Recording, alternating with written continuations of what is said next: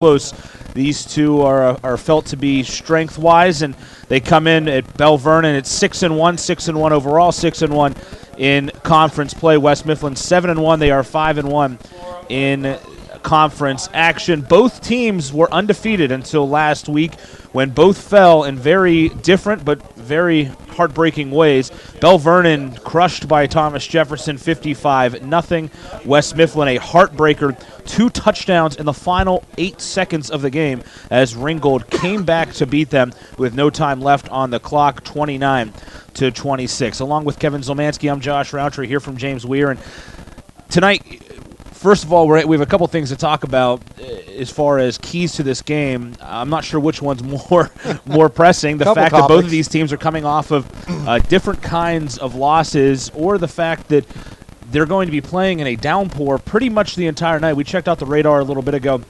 It's pouring now. It's going to continue raining throughout the longevity of this game. So, ball protection is going to be key in this one, Kevin. But I think both teams, between the ears, how do they respond from last week's tough losses? Yeah, I think that's a fascinating angle to this game, is bouncing back from the previous week. You get blown out by a very good TJ team. You know that they're good going in. You beat them the previous year, and they had your number. So is it easy to just forget about a blowout? Okay, it wasn't our night. Let's move forward. We got a huge game next week. We're trying to secure second place in the Big 9 Conference to get a home game on our favorite gold turf here at James Weir Stadium.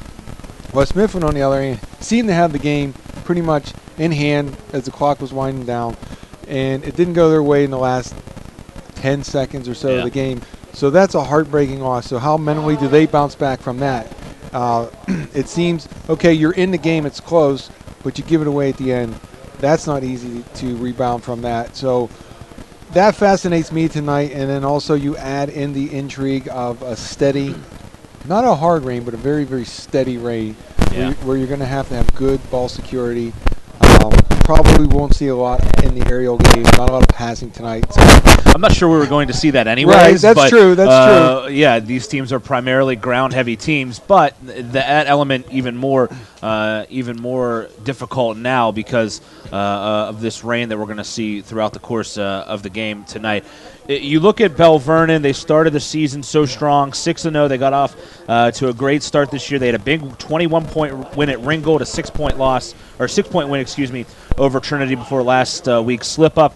West Mifflin, they were 7-0. They had a 26-point win over Trinity in there. Not a lot as far as other teams, though, when it comes to strength of opponents. Their last 3 games, so critical for this Titans team. You start with Ringgold last week. That ended up as a 3-point loss. Bell Vernon tonight and Thomas Jefferson last week.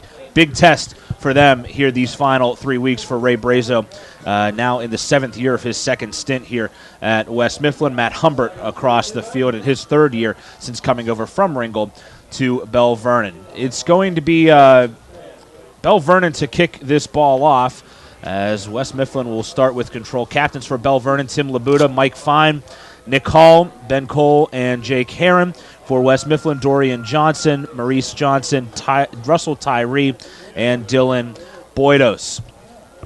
Big story as well tonight with West Mifflin. They lost last week their number 1 running back, Howie Reed, multiple fractures, a broken leg, and he will not play for the rest of the season. Russell Tyree, who was named a captain, will step in his place. He was a starter last year, though, so not a lot of leave-off from Howie Reed and the way he's played so far this year. Cameron Guest has the ball teed up, injured the last couple of weeks, but back to it for Bell Vernon. He's going to kick off left to right on the gold turf. The ball is high in the air. It's spinning, and it's going to be fielded. No, it's going to be bobbled, picked up at about the 8-yard line. Bringing it up the middle is the return man. That's number 22, Amir Foy. He's taken down near the 21-yard line, and that's where West Mifflin, in the white uniforms, the gold helmets, and the gold pants with the blue numbers, they will take over with the football. Bell Vernon gold caps, green jerseys, black pants with the gold numbers and trim. Yeah, West Mifflin gives you a little Packers look, except exchange the green for the blue. So we already had a penalty. Yeah, and that played a part at the end of the last game for the Titans, was penalties, personal fouls, looking to clean those up. So they're going to march off half the distance for that. They're going to be back at just over the 10-yard line for this first drive for the Titans. Their quarterback is number 11, Gary Gallius. Russell Tyree is the running back, Dorian Johnson, and Brody Belante, the receiver, Ziggy Patterson, in there as well. On the line from left to right, Michael Silanoff, Tieran Ogletree, Ryan Dwyer, Dylan Boydos, and Gerald Brown. Craig Harris, Michael Congdon are the tight ends. They come back out in the I-back set. We'll get you the defense for the Leopards in a moment. First play, it's a toss to Tyree on the right side, cuts it up at the hash. Now reverses to midfield, and he has a ton of running room. Springing free is Tyree into the open field on the first play from scrimmage. To the 50, the 45, 40, 30, 20, 10, and there's Tyree into the end zone. But a flag is down back at the 37-yard line as Tyree takes it 89 yards on the game's opening play from scrimmage, but it looks to be coming all the way back. Well, Josh, you saw the ability of Tyree right there to fill in for for Howie. He got the toss running to the right, and he used his vision on the cutback, and then Bell Vernon had really pursued to their left side, the Titans' right side, and just overcommitted there. And as we get the call with the flag down at the 37-yard line. There's a personal foul for clipping on Wes Mifflin. Referees tonight, Jerry Jones, Robert Mance, Mike Marchie, John Mathis, Ed Moeller, Andy White, as that one will push them back. The 15-yard penalty. Flag was thrown at the 37, so it'll go back to the 22-yard line.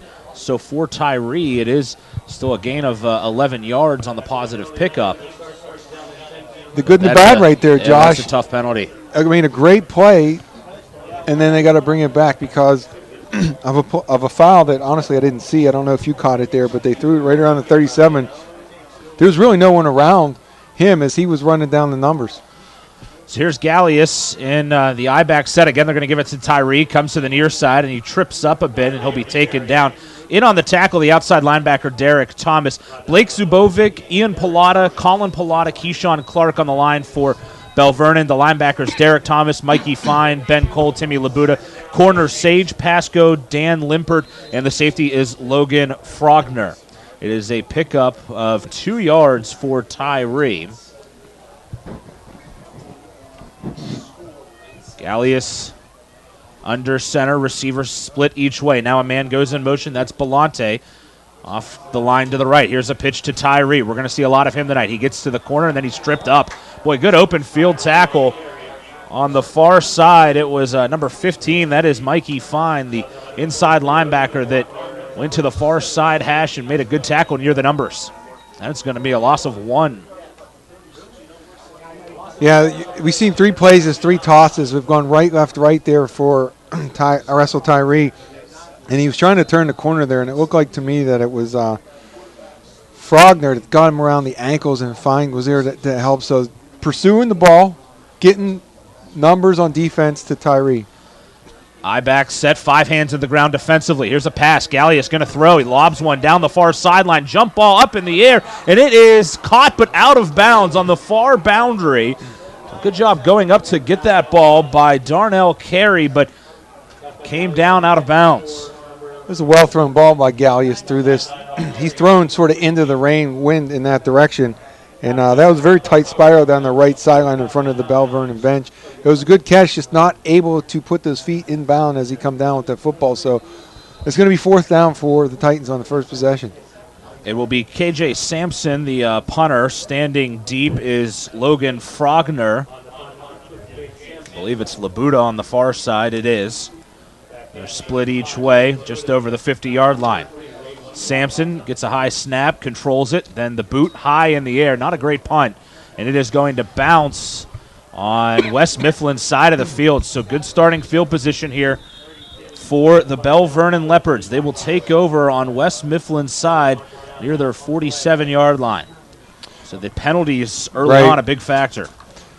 Yeah, and that's going to drive the staff crazy.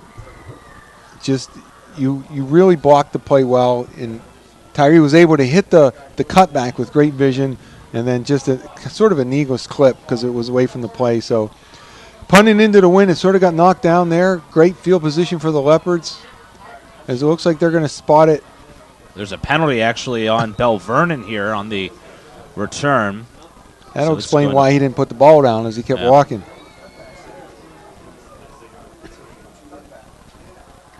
So this is going to be, let's see where they spot the ball. It's looking like a 10-yard penalty. Now they're marking it back, so a 15-yard variety foul. Mikey Fine is the quarterback for Bell Vernon, 684 passing yards this year, 9 touchdowns. He's also run for 8 scores. Nick Hall, the running back.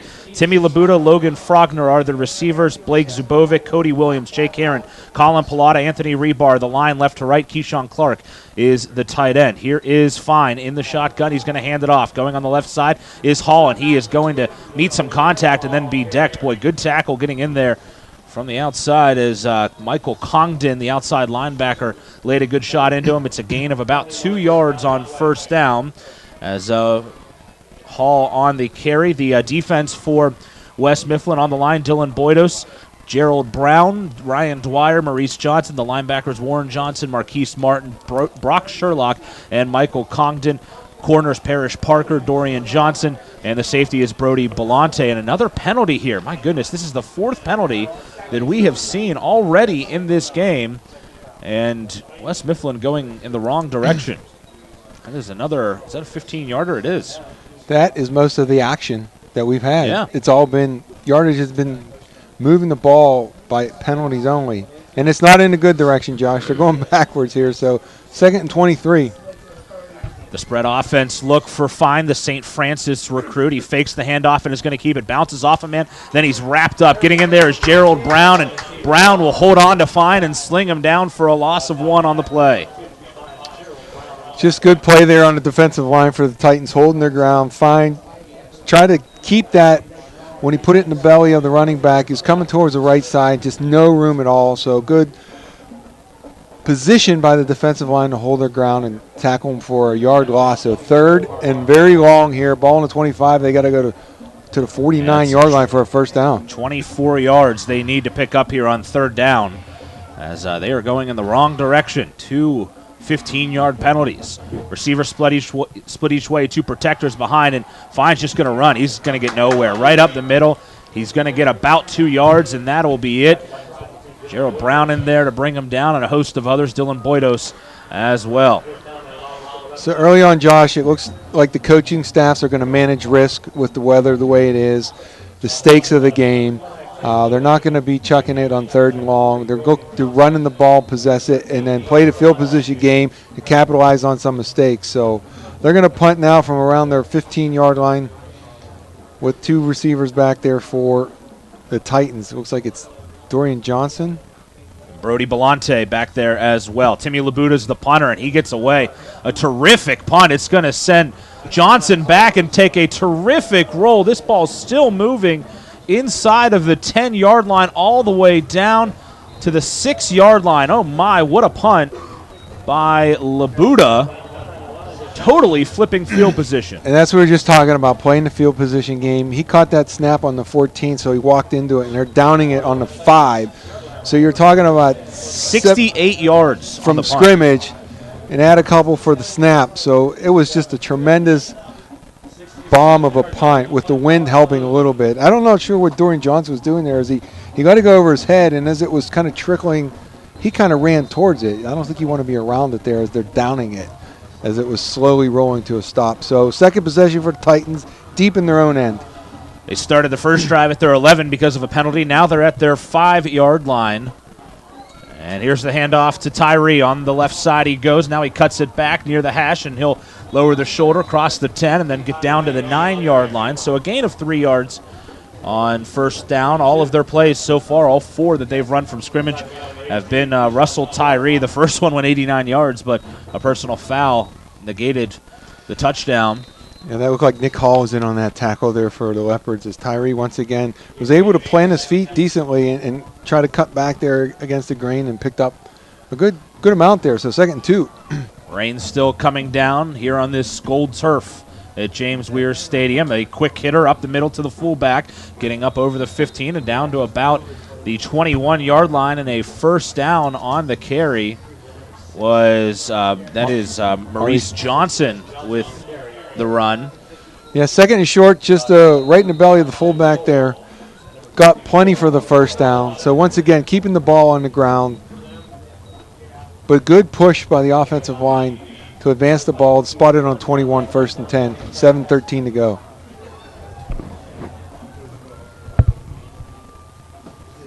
Man goes in motion. Gallius on the pitch to the far side. And here's Tyree. Tyree turns it upfield, gets some contact, has the first down and more. Still on his feet as he crosses the 35 and down to about the 42-yard line.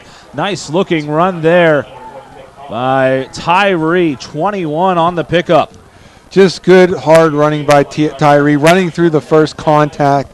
He's getting great blocking up front. The line on the right side there, you have Dylan Boytos and Gerald Brown. He's taking those pitches, running to the right, and he's waiting for those lanes. So good blocking outside. Also, he hit the lane well, ran through the first contact, picked up 21 yards there. So spot the ball, 42-yard line for the Titans, moving the ball. The offensive line of West Mifflin is outweighed by the defensive line of Bell Vernon by about 20 pounds per man. But they're getting a good push up front right now. I-back set. They're going to pitch it to Tyree on the near side. Tyree trying to get to the near side hash, then looks to turn it upfield, and he'll be stopped after a gain of about 2 yards on the play. Nice tackle in there by number 54, Ian Pilata, who has 32 of them on the year. Pilata strung it out nicely from the defensive line position there, waited for a little bit of help from the safeties to bring Tyree down for a 2-yard gain as we approach 6 minutes to go, no score. Tyree's he's gonna need his conditioning today because it looks like he's gonna get a lot of tosses for the Titans. Yeah, I think one thing to watch out for here as well. He does, from what I see here, does not wear gloves. It looks like, and with the slick football and the pitches, you have to be careful. Now run up the middle. This is number 5. That is Marquise Martin on the quick hitter. Martin going to dive forward. He'll pick up about 7 yards on the fullback give. Again, good blocking there, but also watch Tyree there, and he really sold out his fake. He ran his toss, looked like he was going to catch the ball, just being on the details offensively for the Titans, and it was just a good run up the middle by Marquise Martin behind the center, running through the A-gap there, so 3rd and short. They're starting this drive on their own 5, possessing the ball here. 3rd down and 1, ball at the Bell Vernon 49-yard line. Started at their own 6. Belante in motion, left to right, out into the slot right. Give to Tyree. He has stood up. It's going to be a loss of 1 on the play. Great push up front by Blake Zubovic to blow that play up, and it'll be 4th down. Zubovic did a great job crashing down from his DN position there, was able to tackle Tyree for a loss. Not only did he prevent the first down, he got the loss. So it's going to be 4th and 2, spotted right at the 50-yard line, as we're now under 5 minutes, no score here. They're going to punt the football. Ball spotted right at midfield. Frogner is back deep. Labuda will join him. And if I'm Bell Vernon here, I'm being alert of this situation. Right. Sampson, yeah, he's a big kid back there, is KJ Sampson. Listed at 6'2", 265, and he's going to punt this one away. A high punt again. Did not get this one. Just like the first, it's going to bounce, and it'll be down near the 31-yard line of Bell Vernon. So that's going to work out as a 19-yard punt. You know, typically Josh would say something real high would bring rain, but we already have the rain here. He just brought a little more with that high punt, not getting the drop that he needs on that punt where he can punt it forward. It's going really straight up in the air, and the wind up there is really pushing it in his direction. So sticking with the field position game, no risks there. 4th and 2 at midfield. They'll punt the ball back to Bell Vernon, who will take over on their own 31-yard line for their 2nd possession. And a good thing here, no penalty on the punt, so they don't have to march off 15 yards. They were able to only pick up 3 yards on their first drive as Fine back at quarterback sends Labuda in motion into the slot left. He's going to fake the handoff on the sweep. Then he's going to tuck it and run up over the 35, still on his feet. As stepping in is Dorian Johnson to bring him down. It's a decent pickup of about 6 yards on first down. Still no score, 4 minutes to play here in the first quarter between Bell Vernon and West Mifflin. The winner of this game likely will have a good chance at a first-round playoff game. If it's Bell Vernon that wins, they will get the first-round playoff game. West Mifflin would still it would come down to tiebreakers at that point, with Ringgold in the mix still as well. So it's a shotgun snap here for Fine. He sends a man in motion. That's Labuda. They're going to give it to Hall. Hall jets up the middle, but he is stood up and taken down. Good tackle made on the inside again by Gerald Brown. Boy, I've been very impressed. That's about 3 or 4 tackles for him, it seems, already in this game. He's been in on every single play. No gainer there for Hall. Yeah, good play by Brown there to keep Bell Vernon from advancing it. So it's going to be third. Decent yardage, 3rd and 4. Looks like we're going to have officials timeout. The lead official blew the whistle and pointed to himself. Looks like they're swapping the football. 3:04 to go, no score. First quarter here at Bell Vernon, but West Mifflin, Bell Vernon, no score. These two met last year. It was a 21-7 victory for Bell Vernon, as they went 10-1, the Leopards, last year. West Mifflin 6-4. Both teams lost to Franklin Regional. West Mifflin in the first round, Bell Vernon in the quarterfinals. They beat Chartiers Valley, did the Leopards in the first round of last year's playoffs after the undefeated regular season. Here's the snap to Fine. He's going to take off running up the middle. He's going to go nowhere. Boy, 3rd and 4, and Fine just runs into a wall at the line of scrimmage as Marquise Martin in on the tackle with a host of white jerseys. No gain and a 3 and out. Big Dominic Johnston on the defensive line for the Titans really held his blocker, was able to kind of fight off that offensive lineman for Bell Vernon and make the tackle on Fine for really only a gain of 1 yard there. So once again, the field position battle here, 4th and 3. First punt with that wind at his back for Timmy Labudo went 68 yards, was down at the 5. Here he is again, punting from the 38. This one a line drive kick. It's going to be fielded. It goes through the hands of Belante. It looked like he touched the football. Now he tracks it back inside of the 5. Ball still free. What's the signal by the officials as Belante got back on it? They're going to say that he grabbed it at the 2-yard line, maybe the 3-yard line. Oh, boy, a costly mistake there by Belante as that ball went right through his hands. Again, we mentioned the rain. We figured that was going to be a factor in this game, the slick football. And Belante, the first real victim of that. Yeah, that punt was slightly different. It didn't go as high. It was more of a line drive punt. Still had some nice air, but Belante went to field it, and it just went right through his hands because of the velocity on the punt. It had more speed on that punt versus hang time. And then it was a scramble. He had to chase that for about 20 yards back inside his 10-yard line. By the time he fell on it, the whole pile slid into the end zone. The side judge walks in, spots the ball on the 3 for the 3rd possession for the Titans. Field position going in the wrong direction, the 11-6, and now the 3 for West Mifflin. Quick hit up the middle on first down. Helmet came off of one of the linemen as a timeout taken by one of the officials, it seems. 75, Ryan Dwyer, the center, lost his helmet. So he has to go off. His 62 looks like he's going to come in to replace him. I don't know how that's going to affect the line for the snap. Joe Stevens seems to back up center for the Titans. But that was a massive bodies there. They were able to advance the ball 2 yards, 2nd and 8 as we approach 125. Yeah, he has to come out for one play as they line up in the I-back set. Gallius under center, receiver each way. Timeout Titans. Yeah, and they're going to take the timeout here so that they can get Dwyer back on the field. And that's probably a good move by Ray Brazo, as you obviously don't want backup in your own end. On your own 5-yard line. But that gives us an opportunity, Josh, to say coming up at the half, it's the MSA Sports Halftime Show. This week, Dawn Rebel. Oh, no, that's last week, sorry. This week, Dawn Rebel and the Post-Gazette's Mike White update the latest WPIAL football playoff picture with plenty of postseason factoids. Good stuff. Had a chance to listen to the show earlier. Should be very, very entertaining. Well, some of the top athletes in the WPIAL are featured every week on the MSA Sports Center stage. You can view on our YouTube page at msasports.net as well. Check out which athletes we're talking to, and our weekly game lights are also now featured at the MSA Sports Network. 1:19 to play here in quarter number 1. No score between these two conference rivals here in the Big Nine.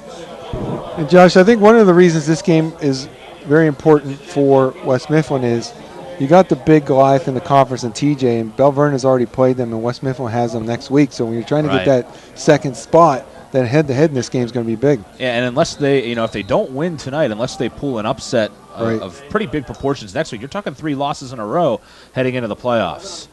Here's Gallius on the keeper right up the middle. It's going to be a gain of about 3 on the play. And all season, the talk in this conference has been about the 4 teams that were sort of separating themselves from the rest of the conference. And then West Mifflin is going to play all 3 of them right at the end of the season. As you mentioned, you don't want to enter the playoffs on a 3-game losing streak. So a lot of stakes here on the grill for the Titans. Brings up a 3rd and 5. This is a pretty important third down here for West Mifflin. Remember, they have not gotten good punts so far from KJ Sampson. And you don't want to be punting from your own end zone. Right. Man goes in motion. That's carry left to right. They pitch it to Tyree. Tyree met near the line of scrimmage, and they're going to push him back. Tyree's going to get about 2 yards on the forward progress, and that's it. Just swallowed up on the inside by Blake Zubovic and company, and it'll bring up 4th down. Yeah, just good play by the line to string it out. Not able to find the lane like he had done earlier on earlier possessions, and got that toss running to the right side. And as you mentioned, we're going to get to the end of the quarter, but it's going to be and West Mifflin should take this quarter break to get the wind at their back for the punt too, and that's exactly what they're going to do. We're going to step aside. We've played 12 minutes here from James Weir Stadium in Bell Vernon. No score between the Leopards and the West Mifflin Titans. It's WPIAL football brought to you by Progress right here on the MSA Sports Network. Right now, when you refer a friend to open a new personal or business checking account at First Commonwealth Bank, you can earn a generous cash reward. It doesn't even have to be a friend. Could be a relative. Could be a Bruins fan. Could be that guy over there with the weird hair thing going on. It doesn't matter. Refer anyone to open an account, and it will really pay off for you. They'll even get a cash reward themselves, no matter who they root for. First Commonwealth Bank, member FDIC. Learn more at a local branch or visit fcbanking.com. Back here on the MSA Sports Network, along with Kevin Zielmanski, I'm Josh Rowntree from James Weir Stadium in Bell Vernon. After 1 quarter, no score between the Bell Vernon Leopards and the West Mifflin Titans. Bell Vernon 0 for 2 on 3rd downs in that opening quarter. West Mifflin 0 for 3, and they're about to punt the football away as Sampson will kick it. It is Labuda back deep alone to return, so an extra man playing up on the pressure on the kick, and he looks like he's going to charge. They do send it at him, and here's the punt. Sampson gets it away, and it's a good punt. Going to go all the way back, fielded at the 47. Here's Labuda trying to cut it up the middle, and he will get taken down as he crosses midfield down to about the 46-yard line. Good punt there by KJ Sampson after a couple of tough ones into the wind. He gets the wind at his back and booms one. Yeah, Josh, you cited the change in field ends for the end of the quarter, and that certainly helped him on that punt. It was a better drop, better punt for him. Brody Belante was able to get down there, and it was kind of a one-on-one between he and the returner, and he was able to slow him down until Congdon was able to come in and help wrap him up. So 3rd possession for the Leopards. They'll take over on the 46-yard line of the Titans. Look at the field position so far. West Mifflin, their own 11, their own 6, their own 3. Bell Vernon has started at their own 41, 31, and now the 46. And they would have started on their first drive on West Mifflin's side if not for the penalty. Here's a quick hit up the middle, and this is Hall, and he gets upended by Belante as he crosses the 40. He'll get down to the 35-yard line. It's a gain of about 12 yards on the play, call it 11, and a 1st down. Good tackle by Belante. That was going to go for a much longer run, and he's kind of feeling it. He's kind of holding that that right arm. He seems to be shaking it. It might have been just a little stinger, but good run there over the left side of the line. So 1st down for the Leopards. That's their first down of the game. They went 3 and out on their first 2 drives. As a man goes in motion, that's Anthony Bertram. Fine. He's going to take off running up the middle. Has a seam. Breaks it to the outside. Will have the 1st down as he dives across the 1st down line. Michael Congdon will take him down at the 24-yard line. So another gain of 11 yards. And after no 1st downs in the first quarter, back-to-back runs of 11 yards. And Now the Leopards in striking position. Looks like we're going to get a timeout here. Now the official taking one.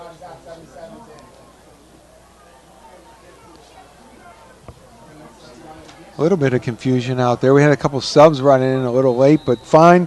Followed his center, Jake Heron, and his right guard, Colin Pilata, there in the A-gap for a good run there. Picked up another first down. So two plays on this possession, 2 first downs. They've advanced the ball down to the 24-yard line, so they've already picked up about 22 yards. So far, their best offense. I think they're going to take a timeout here. They're not set, and Matt Humbert just has his team coming back to the sideline. So Bell Vernon's going to burn a timeout. 10:58 to go. We'll step aside as well. WPIAL football, no score here from Bell Vernon in the second quarter. Looking to replace your athletic field? Choose ProGrass, First in Turf. ProGrass has installed over 500 fields in the U.S. Getting the best artificial turf for your field depends on both the product and the partner you choose. That's why architects, athletic directors, and players choose the ProGrass Performance System. ProGrass maintains an active presence in the synthetic turf industry as members of the Sports Turf Management Association and the American Sports Builder Association, and is proud to be recognized as the FIFA preferred manufacturer. Call ProGrass today, 866-270-6003, or visit them on the web at www.progressturf.com. ProGrass, First in Turf. We appreciate you tuning in and either watching or listening to this one. Our videographer, Scott Majeski, having to move inside due to the inclement weather. So kudos to him for braving it out for a while there. Here's on the fly sweep is Frogner, and he's upended. He's going to lose a yard. Boy, nice play there defensively to sniff that one out by that right side of the West Mifflin defense. He ran that jet sweep kind of deep, right in front of Fine, and good play there on the defensive lineman to get in there. Forced a tackle 1 yard in the backfield, so it's going to be 2nd and 11. Bell Vernon had 9 yards of offense in the first quarter. And on their first play of the second quarter, they picked up 11. Here's Fine. He's going to look to the right side. It is in and out of the hands. Boy, nearly intercepted. Congdon was out there looking for his 3rd pick of the year. That's slick football, though. It just went right through his mitts and incomplete. They were looking for Labuda on the outside hit. Yeah, it was a quick turnaround about 3 yards out, and Congdon read it well and faded off his linebacker position. And normally, Josh, I would say he had nothing but green grass in front of him, but being here in Bell Vernon, he was going pick 6 on nothing but gold turf. It was going to be a race between he and Fine to see if he could get to the end zone. Brings up a 3rd and 11. Bell Vernon, they are 0 for 2 so far on 3rd downs. Here's Fine looking right. Throws over the middle. Pass caught. It's going to be just short, it appears, of the first down marker, but a fairly generous spot, so we'll see it. They're going to give him a first down. The sliding catch made by Labuda. He picks up 11, needed 11. Pretty generous spot there by the linesman on the far side. Frogner was split to the right. He kind of ran down right around the first down marker, ran a little in. Fine spotted him open. He caught it as he was sliding down to the turf. We're kind of far away. I thought also, like you, it was going to be a little short, but first down, Leopards. Just under 10 minutes to play here in the quarter. Clock rolling. They hand it off. Hall, and he is upended. Didn't even get back to the line of scrimmage. Boy, great penetration by Gerald Brown. Again, the 6', 210 junior got right in to make the stop. And it'll be a loss of 2, almost 3 yards on the play. Yeah, Bell Vernon, you can tell through the first quarter plus here in the second quarter, they like to run straight ahead using the A-gaps, and Brown is really disrupting the rhythm of that offense there. So going to have to adjust the blocking scheme maybe a little bit, account for that D-line as they're running Hall and Fine right up the gut there. You mentioned the size advantage, but Brown doing a nice job. 3rd negative yardage play for Bell Vernon offensively so far. 2 receivers left, 1 right. They're going to hand it to a man on the sweep to the near side with running room, breaking a tackle inside of the 15, then being spun down. Boy, a nice open field tackle. Was running with the ball there was Sage Pasco. Pasco on the carry is wrapped up. Pasco, a guy that spent last season playing in South Carolina, was a part of the Bell Vernon team, then moved to South Carolina last year, moved back this year, and joined the team late. as he will pick up 6 yards on the play, call it. Yeah, Brown was able to shoot that hole again, get in the backfield, but they ran away from him that time. Come down the left side. It was a good play for about 5 yards there, so 3rd and 6 from the 10. We'll see what they elect to do tonight with field goals as well, as there are flags at the snap of the football. And it is a delay of game on Bell Vernon. That is not a good penalty at that part of the field. Their 3rd penalty for 35 yards. Again, penalties at inopportune time. This time for Bell Vernon. They're 3rd and 5 on the 10-yard line. So they're going to back it up. It's going to be 3rd. Now they're saying 3rd and 11. Ball spotted on the 15. On the left hash. So we don't know how the kicker is for the Leopards, but this is a big play here for the defense of West Mifflin. Yeah, Cameron Guess is their kicker. He has been injured the last 2 weeks. He's only a freshman. Here's the snap in the pistol. They're going to throw one towards the end zone, and it is thrown long. They were looking on a fly down the far side. For Frogner. And he comes up a little bit ginger as he comes back onto the field. Looks to be okay. I'm not sure. Maybe he was just trying to catch his footing in the real grass that's on the boundary on the far side. But an incompletion on 3rd down, and they are, it looks like they're going to bring out the kicking unit here. Timing play between Fine and Frogner. Fine threw it towards the D and the Leopards in the end zone. Just threw it too far. Frogner not able to run it down as the ball was thrown out the back of the end zone. So the holder's going to spot this on the 22, the 32-yard field goal attempt. Guess has made one from 39. He's 1 for 1 on attempts this year. From the left hash. Snap high, hold down. Kick by Guess is right down the middle and good. How about that from the freshman kicker in a game where points could be at a premium? He connects, and it's 3-0. Bell Vernon in the lead. 8:19 to play here in the second quarter on the MSA Sports Network. The team at UPMC Sports Medicine doesn't just rebuild wrists and knees. They build better athletes. Athletes at every level who want to get stronger and faster and prevent injuries. Fact is, no other sports medicine program in the region is more experienced when it comes to treating, training, and inspiring athletes. UPMC, the official healthcare provider of the Penguins, Steelers, and you. Find out more at upmcsportsmedicine.com. The Bell Vernon scoring drive, 9 plays it goes. They were able to burn 3 minutes and 31 seconds off of the clock. Great start to that drive. 2 first downs on the first 2 runs, about 11 yards each. But then it sort of stalled once it hit the 5-yard line. The penalty pushed them back. Some good defense by the Titans. The result is a 32-yard field goal by the freshman Cameron Guess in his first game back in action. So Bell Vernon takes the lead. 8:19 to go, second quarter. Yeah, 9 play, 31 yards, 3:31 off of the clock. Guess will now kick off. Remember, he's been injured the last 2 weeks. They've had to use a backup, Chris McCullough, to kick off. Here is a high spinning kick fielded at the 5-yard line. This is Amir Foy. Foy still on his feet. He gets over the 20 and down to about the 27-yard line. Decent return there for Foy, and West Mifflin will get started on their now 4th drive of the game. By far their best starting field position of this game. The other ones were 11, 6, and 3-yard line. So this is a positive here for the Titans. So I have to say, Josh, 2 kickoffs and a field goal. I like the leg strength we see so far from Guest. That one went down to the 5-yard line. So it's nice to have that weapon in your program as a 9th grade player to be around for a while. So it looks to be a pretty good kicker from the few opportunities we've seen so far.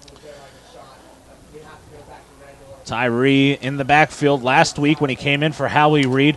Rushed 10 times for 180 yards and 3 touchdowns in the loss to Ringgold. Here's a keeper, the bootleg to the near side by Gallius. Nice-looking play. Gallius gets the sideline but steps out of bounds. Oh, my, he was nearly off to the races there.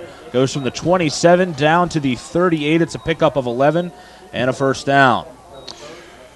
Really the first time we've seen Gallius hang on to the ball, and he ran towards us on the right side here, was able to turn the corner on the defense and advance the ball enough to get a first down on that play. one of the better plays we've seen for the Titans, except for the opening play that was nullified by a penalty. I-back set, receiver each way. Again, 4 hands in the ground defensively for the guys in green. Broken play. Galley is going to step up. Boy, he had a man wide open downfield. And Darnell Carey, he ends up keeping it. He'll pick up 4 yards, but Carey was behind a blown coverage downfield. Carey ran down the hash marks on the left side of the field. Thought it was going to be an easy toss for Gallius, but when I look back at the quarterback after seeing Carey running wide open with his hand in the air, Gallius had to pull down the ball and kind of run away from the pressure and picked up 4 yards. But we talked about popping that pass play at some point. Maybe that could tilt the game in a favor. And right there was the opportunity where there was a breakdown in the secondary for the Leopards, and the Titans was Carey was roaming free, just not able to connect. Belante in motion into the slot left. They pitch it to Tyree. Here's Tyree. He turns it up around the center of the field, and he'll be taken down, a gain of just 1 on the play. Again, Blake Zubovic in there to make the tackle. Zubovic, 6'6", 281, only a junior, and a guy that we talked pretty extensively with Matt Humbert about, said that while Fine is the only guy currently with collegiate offer, that Zubovic will definitely be a guy that gets more recognition when he enters his senior year next year. And, of course, with a 6'6", 281 frame, you can understand why. He lines up at left tackle, left defensive end, right now. And they'll fake it on the quick hitter to the fullback. Here's Gallius on the keeper, and he gets crunched as he gets near the sticks. Looks like it'll be enough for a first down, but we'll see where exactly they spot it. No signal yet, but that looks like a first down. Where they spotted it, yes. I thought where he fell, I thought maybe slightly back, but the side judge walked in with a, looked to me being just maybe a quarter of the ball, a generous spot, and they're moving the chain, so first down for the Titans. Gain of 5 on the play, the first time they've picked up a third down in this game. Now 1 for 4. Belante in motion. And they're going to pitch it to Tyree on the left side. Tyree looking to get to the edge, but a great open field tackle by Labuda. The ball comes out, and it'll go out of bounds on the far side. Boy, Labuda wrapped up Russell Tyree, and then as he was slinging him to the ground, the ball came free, and it went out of bounds on the far sideline, so that'll end up being a loss of about 5 yards. Yeah, we haven't seen a lot of Labuda on defense, but that time he made a very good defensive play as Tyree was running to the left side there. Labuda come up, made the tackle for about looks like they're going to spot a 5-yard loss there, and as you mentioned, the ball went out of bounds, so good play by Labuda. They run Tyree off of the field late. And a new man in the backfield, and that is Johnson. Johnson on the pitch, going to air it out downfield. Has a man, but it's just overthrown. He was looking for Darnell Carey. He was streaking down the near sideline and had a step, and what a throw that was by Dorian Johnson as they stuck him in at the tailback spot, took the pitch, and then launched one downfield. Yeah, I guess they were feeling a little bit bad that they missed Carey on that first one. They ran him down the right side this time, and it was a good toss, just a little bit too far. Carey wasn't able to run under it. He made a nice effort diving forward a little bit, but maybe the wind affected it. They're passing in the direction of the wind, just a little bit too far for Carey to run under that ball. So 3rd and 15 for the Titans. Yeah, Darnell Carey, he has some speed. He has ran the ball 7 times this year for 160 yards and 4 touchdowns. Now they hand it off to Tyree. Hurdles a man, then doesn't even get back to the original line of scrimmage. He gains 3 on the play and then is just stood up by a host of green jerseys. Yeah, he ran from the I formation, kind of leaped over that first wave, and then he ran into a plethora of Leopards there, led by Mike Fine and Ben Cole, both middle linebackers, and Tyree was not able to go any farther there. So 4th and 12 as we're under 5 minutes to go, second quarter. Leopards by field goal, 3-0. And they will punt. Sampson will have, again, the wind at his back as Labuda and Frogner are deep. They stand at their own 22. There's the snap. Sampson gets it away. High spinning kick picked up at the 22-yard line.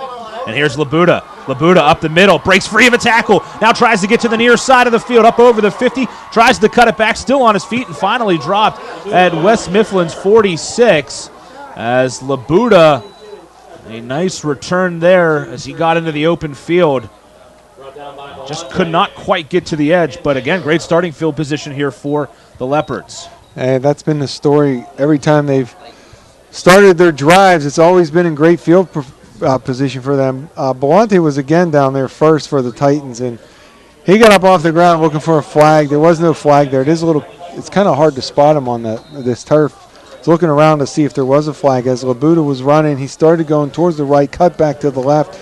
And when they're running against some of these defenses on the wet turf, you see a lot of available yards on these cutbacks. So it's something to watch moving forward here. 4:14 to go, 3-0 Bell Vernon. They start at West Mifflin's 46. That's where they started their last drive that ended in 3 points. Ben Cole motions into the backfield as an extra protector. Here's Fine on the carry up over the 45, and he'll get down to about the 42-yard line. And it'll be a pickup of about 4 yards for Mikey Fine on first down.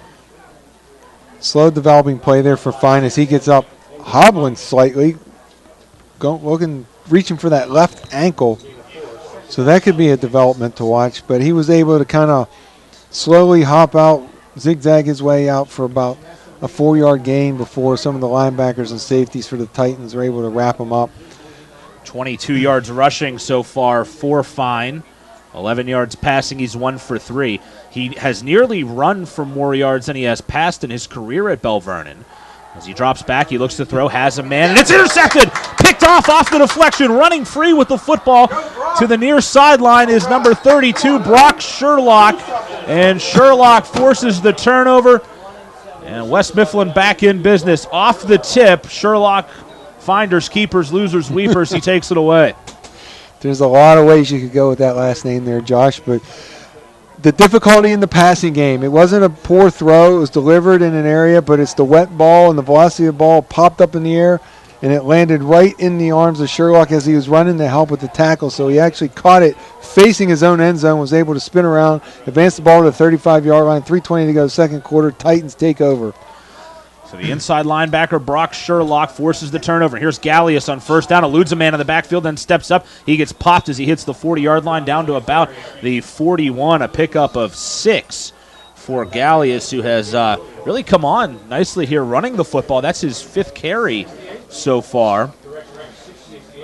Right, 29 yards. Each time, though, Josh, I'm watching him, he's getting up a little bit more slowly. Gallius listed in the program here, 5'9", 185 pounds. He's running in some big guys for the Belle Vernon Leopards, so I don't know how much more he's going to be able to do that here as we approach 2:45 to go in the half. West Mifflin's kicker is Tyler Beck. He's made 1 field goal this year from 37 yards out. Quick hitter for Maurice Johnson up the middle. Johnson's going to have the first down, grabs 5 yards. And good conversion there quickly for Johnson, and West Mifflin, his 2nd carry, now has 2 carries, 2 first downs for him. But the clock's still rolling, down to 2:35 as it stops on the first down. 2 timeouts remaining for the Titans. They took one earlier. Trying to get the ball over midfield here. They're really losing the field possession game, but they're moving it pretty well here. First down for the Titans. High back set. They have carry, slides in motion into the right side slot. Gallius fakes the pitch, then brings it to the near side. He stood up, and Fine will get in to finish him off as Ben Cole got there first. It is a gain of 3 yards, but the clock continues to roll down, approaching 2 minutes. Cole tracked down Gallius first, and then Fine came in to finish off the tackle there. Picked up 3 yards. The clock's still moving. No use of the timeouts yet. Ball spotted on the 49-yard line. We have seen a total of 6 passes in the game, 1 completion for 11 yards, 1 interception as well between 3 different throwers of the football. 2 men out to the left. They pitch it to Tyree. He goes that way, crosses the 50, and he'll be wrestled down at around the 47-yard line.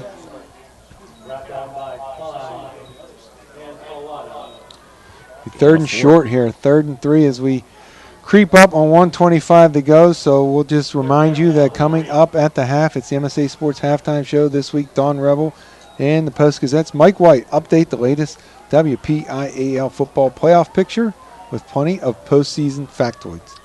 3rd down and 3. Carey in motion to the right. Gallius fakes the handoff. Now he rolls to the near sideline, trying to turn the corner. And he steps out of bounds. And it will be only a gain of a yard. They put him out at the 46-yard line. So, and that brings up 4th down. They needed to get to the 44-yard line for the first down. So right on 1 minute remaining here in the first half. Decision time for Coach Brazos. It looks like it'd be a good opportunity to go for it on their half of the field. Yeah, the clock is stopped on the play out of bounds. So we'll see what the Titans draw up here. They are going to go for it appears, on 4th and 2. You still have 2 timeouts as well, so you could maybe potentially think about a hard count here, something like that, try to get them to jump and get the first down.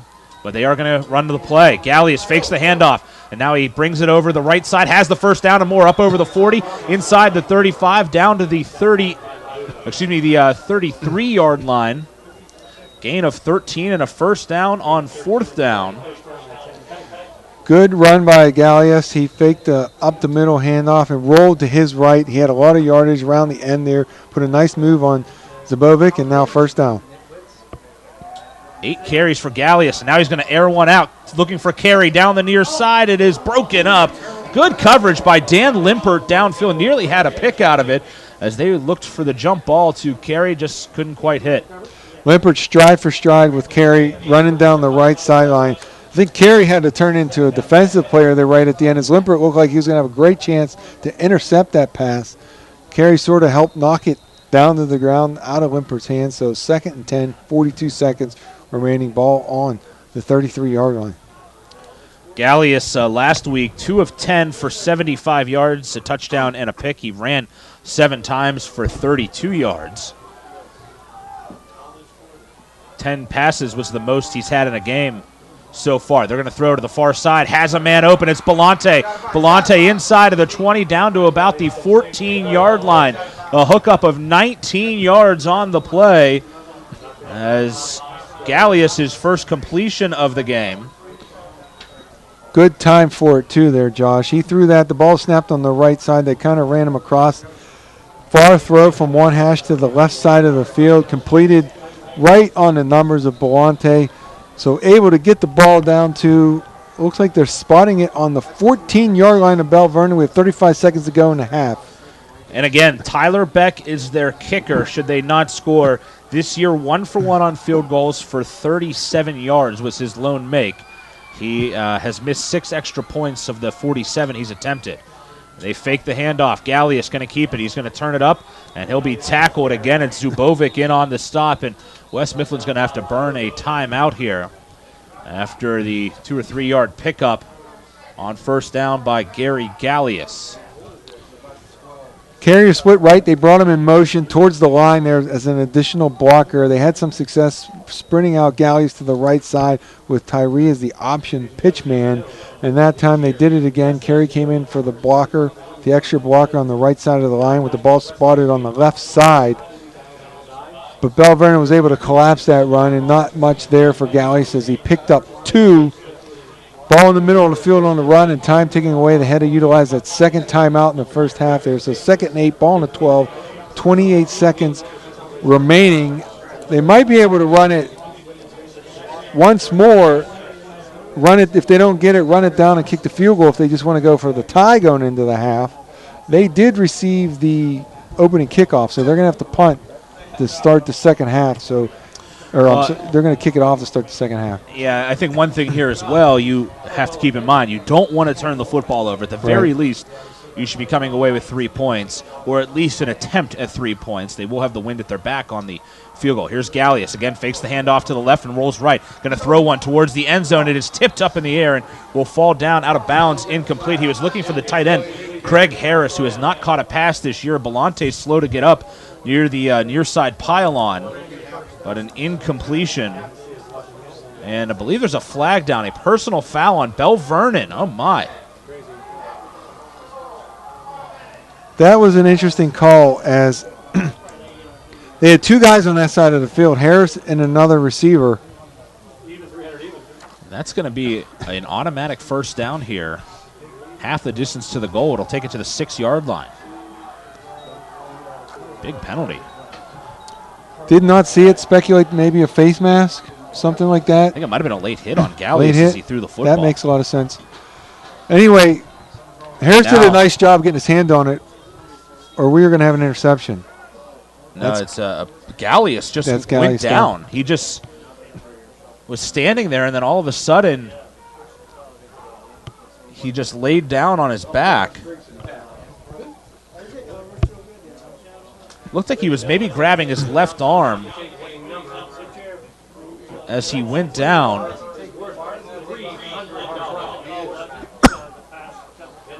There are multiple trainers attending to him.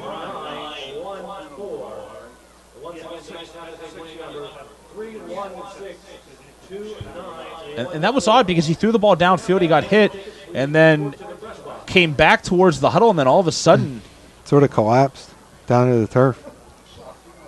He hops back up, and that's good to see. He is holding his left, he's flexing his left hand.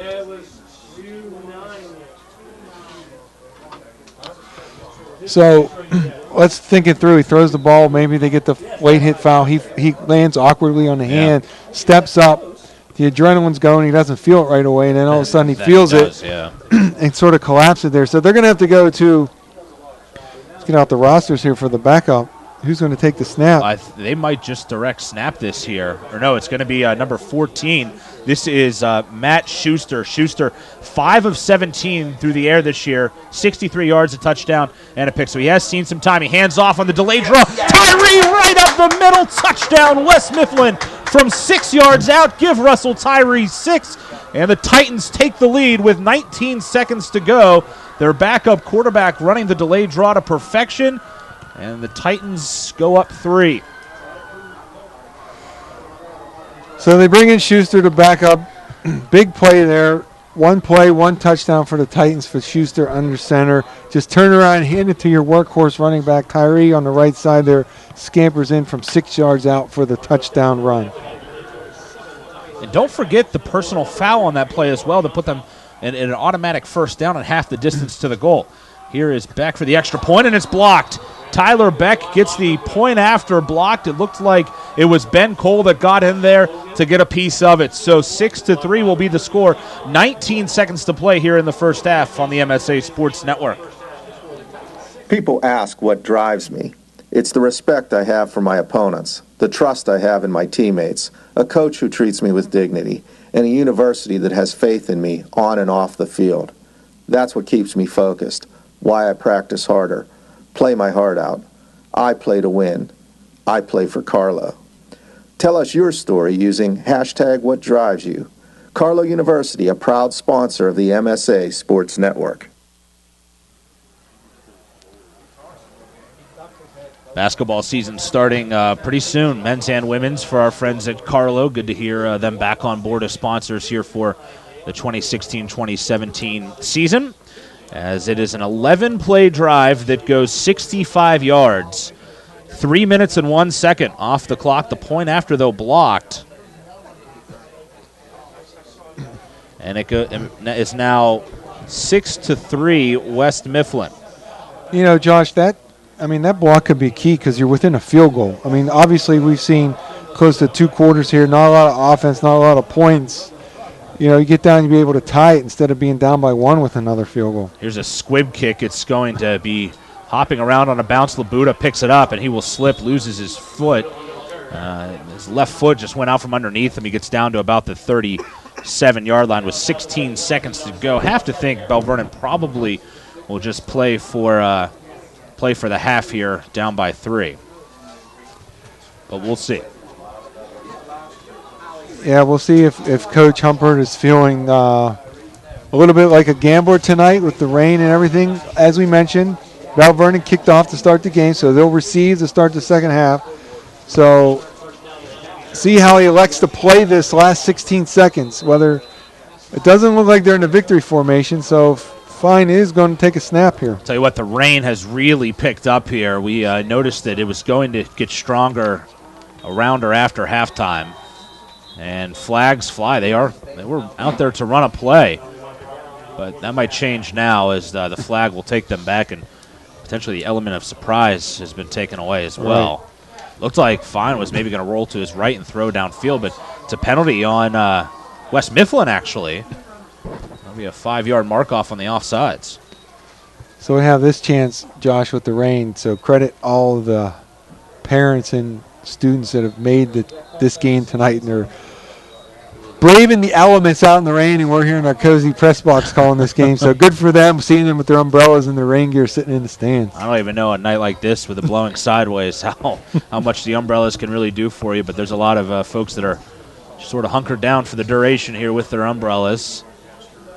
It's kind of too bad in a way because I think with good weather, I think this would really be a well-attended game, but it's going to rain from start to finish tonight, and it's raining pretty good, so I think the numbers as far as attendance are going to be hurting a bit. Here's Fine in the shotgun. They fake the handoff. He's going to roll right, and he is wrapped up and taken down. His helmet comes off as big number 77 in white gets in. That's Dominic Johnson, 6'3", 320. Was all over Fine in the backfield for a loss of about 7 yards on the play.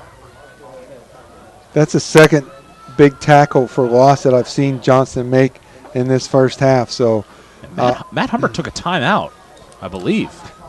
Probably because Fine's helmet fell off. That could be.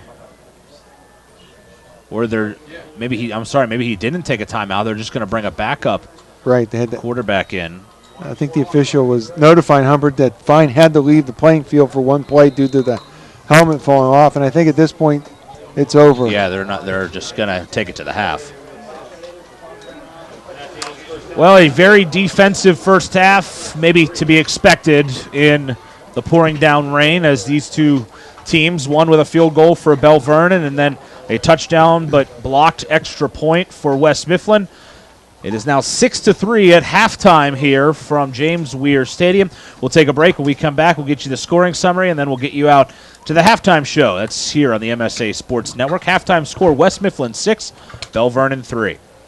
Monticello's Italian restaurant has been serving the Pittsburgh community for over 34 years. With over 5 northern locations, there is one near you. Monticello's has been named the best pizza, best hoagies, and best Italian restaurant by the Tribune Review for 3 years in a row. Stop in at Monticello's restaurant before or after your high school football game and mention that you heard us on the MSA Sports Network and receive a large traditional cheese pizza and 4 soft drinks for $12.99. For the complete menu and additional information, go to Monticello's.com. Monticello's, a Pittsburgh favorite. In a season of change, the one thing that remains the same is exclusive coverage of the WPIAL football playoffs, only here on the MSA Sports Network starting Halloween night with the playoff pairing show at 7 o'clock. Whether it's the highway to Hines or the road to RMU, it starts with the WPIAL playoff pairing show, Monday, October 31st at 7 p.m., only here on the MSA Sports Network. Officially Sports is your one-stop shop for all your officiating needs. If you need a shirt, jacket, pants, shoes, whistles, etc., Officially Sports has it all, and they are the sole licensed supplier for the Pennsylvania Interscholastic Athletic Association. Officially Sports also provides custom bags and apparel to help promote your officials association. Mention this ad and receive free shipping until November 1st. Order online at www.officiallysports.com or call 1-800-934-4555. That's 1-800-934-4555. Call today. Right now, when you refer a friend to open a new personal or business checking account at First Commonwealth Bank, you can earn a generous cash reward. It doesn't even have to be a friend. Could be a relative. Could be a Bruins fan. Could be that guy over there with the weird hair thing going on. It doesn't matter. Refer anyone to open an account and it will really pay off for you. They'll even get a cash reward themselves, no matter who they root for. First Commonwealth Bank, member FDIC. Learn more at a local branch or visit fcbanking.com. Halftime here at James Weir Stadium in Bell Vernon. The score is West Mifflin 6, Bell Vernon 3, as these two squads playing a very defensive first half, first 24 minutes of football. Along with Kevin Zielmanski, I'm Josh Rowntree. I think there were a couple of questions that we had, Kevin, coming into this game. One was, how would the teams adapt to the weather? This has been noted, this gold turf as being somewhat slick. Haven't seen a lot of problems, a couple here and there with players losing an edge, but nothing really serious. The other question that we had, well, I guess along those lines as well, controlling the football, we've seen one muff of a punt that cost West Mifflin about 30 yards. Yeah, field position. And then another drop ball out of bounds on the far side, also a dropped interception, a interception itself off of a deflection. So couple of things being impacted, I think, a little bit by the heavy rain that we've been getting throughout the course of this game. The other question is, how would these teams bounce back from tough losses last week? Bell Vernon 55-0 losers at Thomas Jefferson, and West Mifflin losing a heartbreaker 29-26 against Ringgold, a game that they led with 9 seconds left by 2 touchdowns, only to lose that game. 2 touchdowns for Ringgold in the last 8 seconds of the game. I think what we've seen is pretty good effort on both sides, particularly the defenses. They're playing really well. I think both have put the game that they played last week behind them, and the result of that game. Opposite ends of the spectrum on how they lost those games, and they've sort of advanced here past it, playing a really competitive game. It's not ideal with the conditions, and you and I were talking about how this would be a really good game to watch if everything was more pleasant with the weather, but I think it's been fair on both teams. It's impacted West Mifflin, where a punt has gone through their hands, as you mentioned, and then when Bell Vernon threw the ball, it impacted West Mifflin, where they had one interception go through their hands, and another one where a reception was going through the wide receiver's hands of Bell Vernon and created an interception for West Mifflin. So those have been the couple instances where the slick ball has really been evident to us as we're observing this game. The other time, I think the footing's been pretty good. I think I've only seen Labuda fall a couple of times, mostly on the punts as he's trying to cut. So I think you can call it pretty even on both sides. I think they're both dealing with the elements rather well. They're both having some trouble with the ball, and I think they both psychologically have gone beyond the result of last night's game. And kudos to these people walking out to midfield now. It looks like homecoming. You're getting all dressed for homecoming to look nice, and it's cold and it's wet and it's rainy, and you're just not going to have a pleasant experience. So tip of the cap to the homecoming ladies up for homecoming queen and their escorts walking them out under the umbrellas. There's about 6 or 7 of them over there. Yeah, all with Bell Vernon branded umbrellas as well. First class. Nice touch by the folks at Bell Vernon here.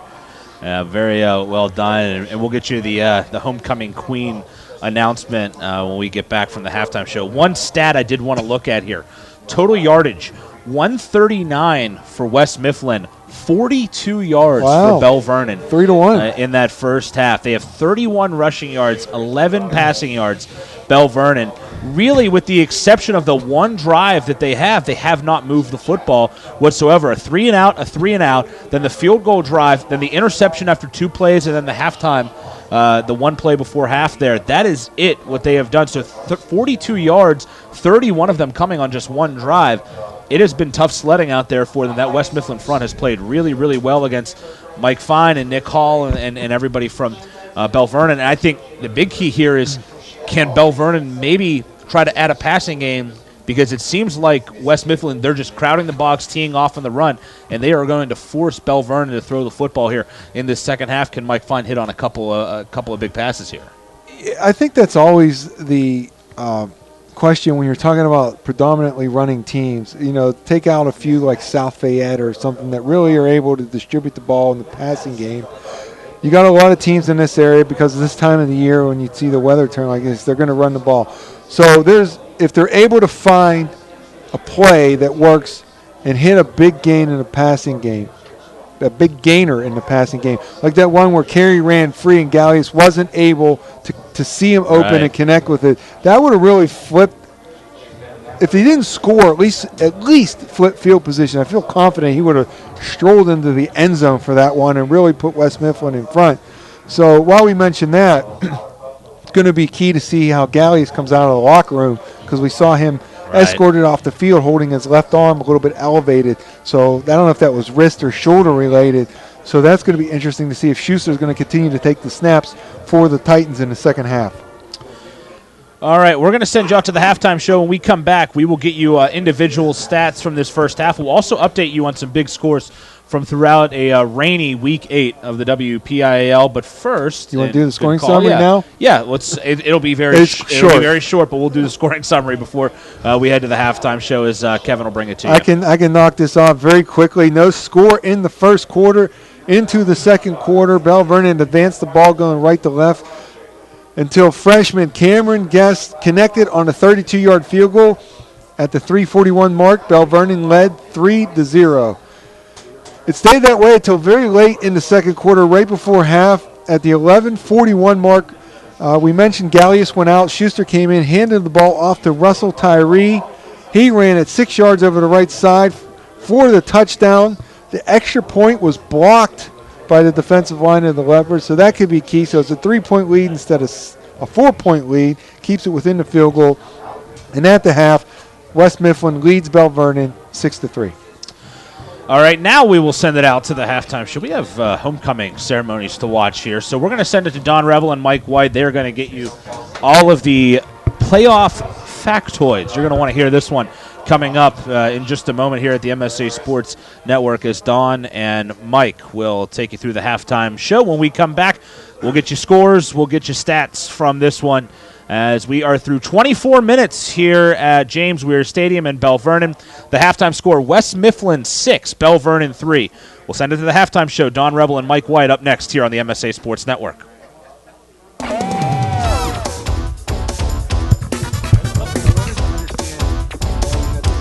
Stretch run continues. It's week 8 of the 2016 season. I'm Don Rebel. Welcome to the halftime show here on the MSA Sports Network. Mr. Mike White, you have come to the halftime show with gifts. You're bearing gifts. What? You going to share? Let me open it up. There it is. They are open. Oh, wow. You smell them. Oh. You smell them. They smell Factoids. delicious. They smell delicious. It's time for playoff factoids. All right. Well, would you like some? I would love some. Are you going to share? Did you bring enough for the class? Yes, I did. Okay, all right.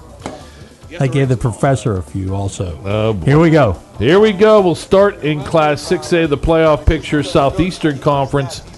All 4 teams have clinched. Bethel Park, Mount Lebanon, Norwin, and Hempfield all in. Northern 7 Conference, 3 teams in. Pittsburgh Central Catholic, North Allegheny, and Pine Richland.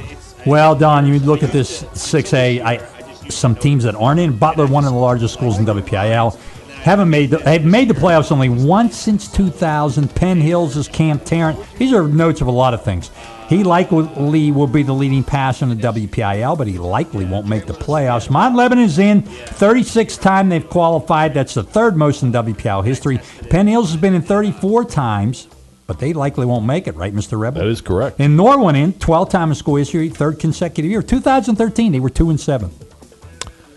Let's go to 5A. Nobody has clinched in that wild and crazy Big East Conference. That could change. More. I'm opening more. Go That ahead. could change.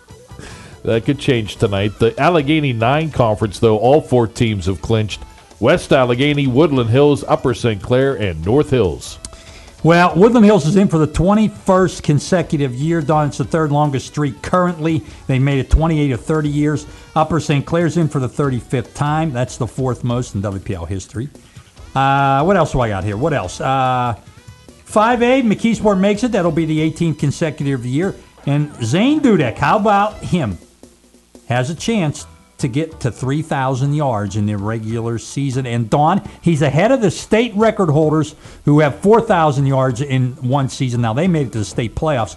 He is ahead of their pace. Zach Barkett in 2008, Schuylkill Haven, and Dominic Bragalone of South Williamsport 2 years ago.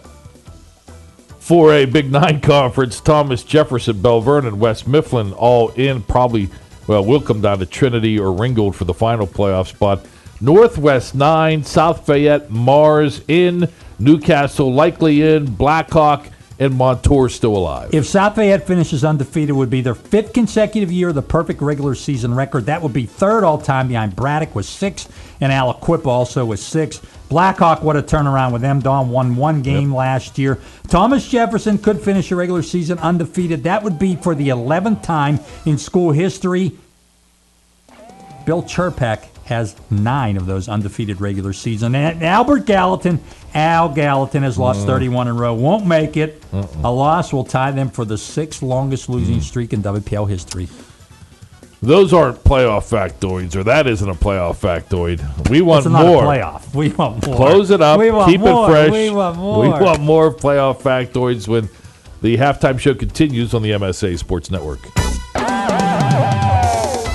Right now, when you refer a friend to open a new personal or business checking account at First Commonwealth Bank, you can earn a generous cash reward. It doesn't even have to be a friend. Could be a relative. Could be a Bruins fan. Could be that guy over there with the weird hair thing going on. It doesn't matter. Refer anyone to open an account and it will really pay off for you.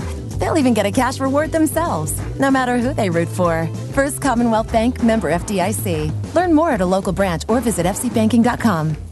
People ask what drives me. It's the respect I have for my opponents, the trust I have in my teammates, a coach who treats me with dignity, and a university that has faith in me on and off the field. That's what keeps me focused, why I practice harder, play my heart out. I play to win. I play for Carlo. Tell us your story using #WhatDrivesYou. Carlo University, a proud sponsor of the MSA Sports Network. For the most complete recap of Friday night's WPIAL football action, tune in on your way home from the game to the MSA Sports Scoreboard Show here on the MSA Sports Network. Hi, I'm Don Rebel. Join me in the MSA Sports Gang for all the scores and recaps from the top games, plus the MSA Sports Roundtable. That's the MSA Sports Scoreboard Show after the game on Friday nights on the MSA Sports Network and at msasports.net.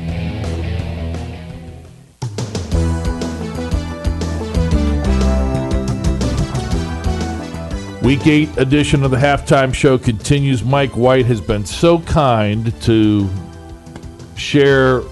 I just bought them. And they're almost empty. No, half of the box is still open. Okay. So you have still plenty more factoids. Yes. All right. Are you ready?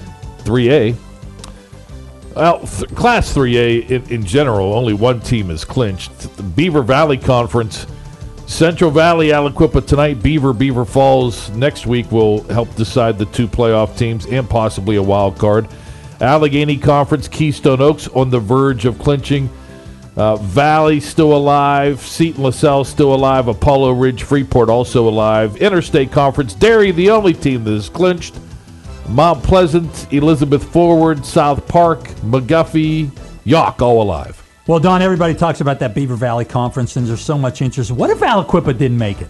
They've made it 21 years in a row. They've never missed under Coach Mike Zmianek. And how about Aliquippa? They've made the playoffs overall 39 times. That's the most in WPIAL history. In this class, you got to talk about Derry, don't you? First time ever, they're 8-0 since the merger of Derry Township and Derry Borough. They've never had an undefeated regular season since they've been Derry area. Derry Township did have one, Don, Mr. Rebel, an undefeated regular season back in 1930. And Southmoreland, the drought continues. It may be raining everywhere and a lot of places in the country, but Southmoreland's drought continues. They haven't made the playoffs since 1979, the longest drought in the WPIAL. One thing we know, the WPIAL playoffs in 2016 will not be lactose intolerant with Derry making the playoffs. 2A. Good one. Steel Valley is in. East Allegheny. Brentwood, Sarah Catholic also in. Remember, 2A and 1A, top 5 make it. Midwestern Athletic Conference, Neshannock, Riverside is in. And in the Century Conference, Washington, Chartiers, Houston, and Burgettstown all in. How about Sarah making it for the first time since 2009? They're 5-3, most wins since 2009 when they were 7-3. Bronzeville's out again, Don, 4th longest playoff drought. Last time they were in was 2000. Carlington hasn't been in since 2001. And Beth Center, they may not make it. Yeah. First time since 2002.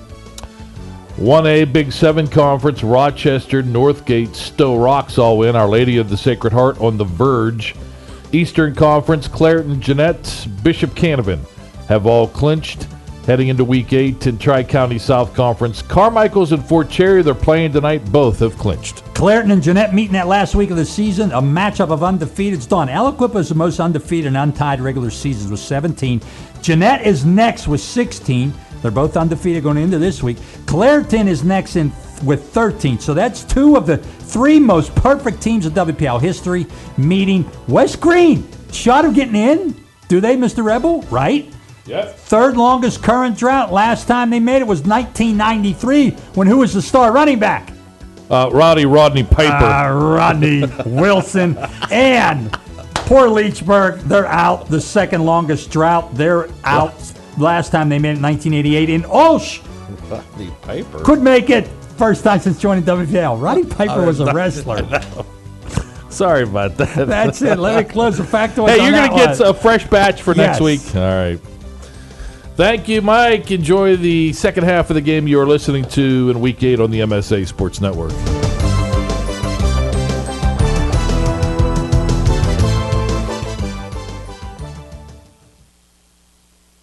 Be sure to follow the MSA Sports Network on social media this season for the most up-to-date scores, pictures, videos, breaking news, and links to our articles. You can find the MSA Sports Network on Twitter and Instagram under the handle MSA Sports and at facebook.com/MSA Sports. The MSA Sports Network is also on YouTube under the handle MSA Sports WPIAL, where you can watch hundreds of interviews with local student athletes, full games, highlights, and more. Whether it's Twitter, Facebook, Instagram, YouTube, or our websites, MSA Sports is the place to go for high school sports in Western Pennsylvania. When looking to replace your athletic field, choose ProGrass, first in turf. ProGrass has installed over 500 fields in the U.S. Getting the best artificial turf for your field depends on both the product and the partner you choose. That's why architects, athletic directors, and players choose the ProGrass Performance System. ProGrass maintains an active presence in the synthetic turf industry as members of the Sports Turf Management Association and the American Sports Builder Association, and is proud to be recognized as the FIFA preferred manufacturer. Call ProGrass today, 866-270-6003, or visit them on the web at www.progressturf.com. ProGrass, first in turf. People ask what drives me. It's the respect I have for my opponents, the trust I have in my teammates, a coach who treats me with dignity, and a university that has faith in me on and off the field. That's what keeps me focused, why I practice harder, play my heart out. I play to win. I play for Carlo. Tell us your story using #WhatDriveSYou. Carlo University, a proud sponsor of the MSA Sports Network. The team at UPMC Sports Medicine doesn't just rebuild wrists and knees. They build better athletes. Athletes at every level who want to get stronger and faster and prevent injuries. Fact is, no other sports medicine program in the region is more experienced when it comes to treating, training, and inspiring athletes. UPMC, the official healthcare provider of the Penguins, Steelers, and you. Find out more at upmcsportsmedicine.com. I love how you remodeled the house. Thanks, Mom.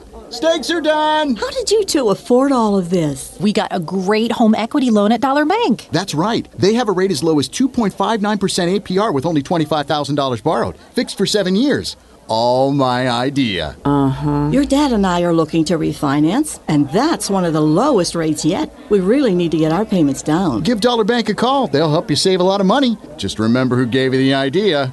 Oh, my. Talk to a Dollar Bank loan expert today. They're not paid a commission and only have your best interests in mind. Start saving money now. Refinance to one of the lowest rates around. 2.59% APR fixed for 7 years. Longer terms are available. Stop by, call 1-800-242-BANK, or visit dollar.bank. Dollar Bank, mutually inspired. Rate is for well-qualified borrowers and includes a discount with a qualifying checking account. Not available for the refinance of a Dollar Bank loan, line, or mortgage of less than $15,000 in new money. Monthly payment of $13.03 per $1,000 borrowed. Other terms and conditions apply, subject to change without notice. Equal housing lender.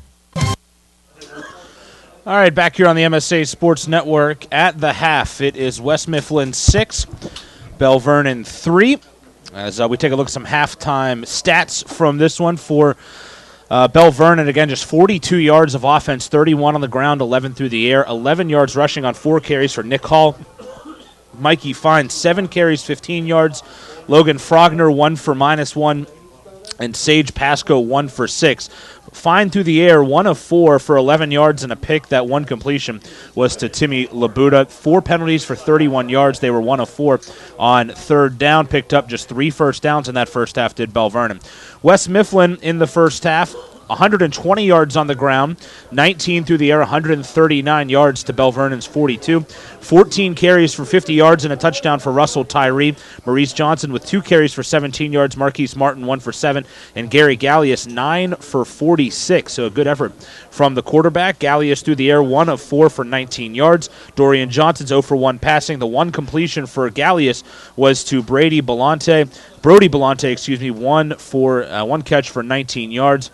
Penalties, 3 for 30 on West Mifflin. 2 of those came on the kickoff and the first play from scrimmage for 25 yards. They're 1 of 1 on fourth down, 1 of 6 on third down. 8 first downs in that first half for the Titans. We'll also look at some halftime scores as well. Some big games from around the WPIAL. We'll start in Class 5A and work our way down, eventually finishing with the conference. It is West Allegheny and Woodland Hills, a big one. That is 24-13 West Allegheny in the second. McKeesport on top of Gateway at halftime, 14-13. Penn Trafford blasting Kiski right now, 27-3 in the third quarter. Class 4A Montour 21, Blackhawk 14 in the third quarter. South Fayette all over Highlands 35-0 at halftime. In 3A, Apollo Ridge leads Valley 28-12 in the third quarter. Freeport down to Keystone Oaks 37-7 in the third quarter. Aliquippa trailing Central Valley 14-6 at halftime. Quips could be in danger of missing the playoffs for the first time in an eternity, it seems. Beaver Falls 28, Hopewell 14 at half, and South Park in a mudfest leads Elizabeth Forward 8-6 in the third quarter. Class 2A, Laurel over New Brighton 13-7 at halftime. Neshannock over Freedom 12-3.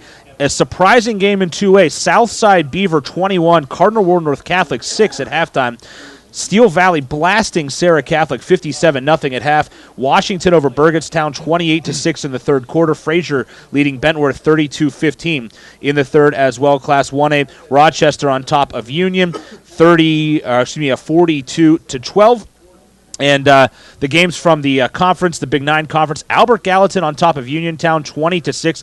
Bit of a surprise here. Greensburg-Salem up on Trinity 12-0. Trinity still battling for that final playoff spot, still alive technically for it, as they find themselves down by 12 right now. Last score we got from Thomas Jefferson, they were up 14-0 in the first quarter, but that one just has not been updated in a while. And in non-conference, Ringgold leads Newcastle 27-14, and that would be a big win against a pretty good Newcastle team for the Ringgold Rams. Again, Belle Vernon is going to receive the kickoff here to begin the second half, as they will move right to left in the green jerseys with the gold lids, the black pants. West Mifflin, white jerseys, gold pants, gold helmets, and the blue numbers. Along with Kevin Zielmanski, I'm Josh Rowntree. 6-3 the score at the break here on the MSA Sports Network as we get ready to bring you half number 2. Been a good first 24 minutes. And it will be Tyler Beck to kick it off from left to right. It's a squib kick. Low liner going to be fielded by one of the up men at the 18-yard line. It's Labuda. Labuda trying to cut it up the near side hash, and it'll be swarmed and taken down by Carey. Good tackle in the open field by number 9. That is Darnell Carey. So Belle Vernon starts with the football, 11:57 to go in this third quarter at their own, call it the 27-yard line. I think the West Mifflin staff to our left here has to be pleased with the cover game so far during their special team situations. Yeah, I'd agree with that. I think really tackling in general, I think West Mifflin's tackled very well in this game so far. As Fine is the quarterback. Nick Call split out to the right as a running back. He sends Labuda in motion into the slot left. Takes the snap, and he's going to hand it off. This is actually a Sage Pasco. Pasco coming to the near side. Cuts it back at the 28, up over the 30, and down to about the 33-yard line. Good gain on first down. Call it 6 yards on the play, as Pasco, his second 6-yard run of this football game. Pasco taking the sweep from the left side to the from the right side to the left side. Kind of turned the corner and then meandered his way through the defense to pick up They're saying 7 on the scoreboard. They're going to give them the 34, so second and 3 on that first down run by Pasco. Remember Bell Vernon, they had those 2 11-yard runs and an 11-yard pass, but really big plays just have not been there for them in this game. Here's Fine. Fine going to take it up the near side hash. He's going to break off of a tackle, still on his feet over the 40, down to the 43, and finally stood up by Brock Sherlock and pushed backwards. But a nice gain there, going from the 34 down to the 43-yard line. A pickup of 9 and a first down for Bell Vernon, just their 4th of this football game. Once again, trying to go through the gaps between the centers and the guards. Fine seems to like to go straight ahead after the fake. And we lauded West Mifflin for their tackling in that time. Marquise Martin just was not able to wrap Fine on the tackle, and that allowed Fine to shake him off and gain a few more yardage and move the sticks. 1st and 10 for the Leopards. Long look to the sideline. Play clock is down to 10 seconds, and they might not get this off. In fact, I think they had to take Fine out as Derek Thomas is in. I don't know if Fine lost his helmet there or what the... He had lost it once in the first half also. Where is Fine? Unless he went out with an injury, I don't see him on the field. I didn't see his helmet come off. No, I didn't see it either, but we can't find Fine right now.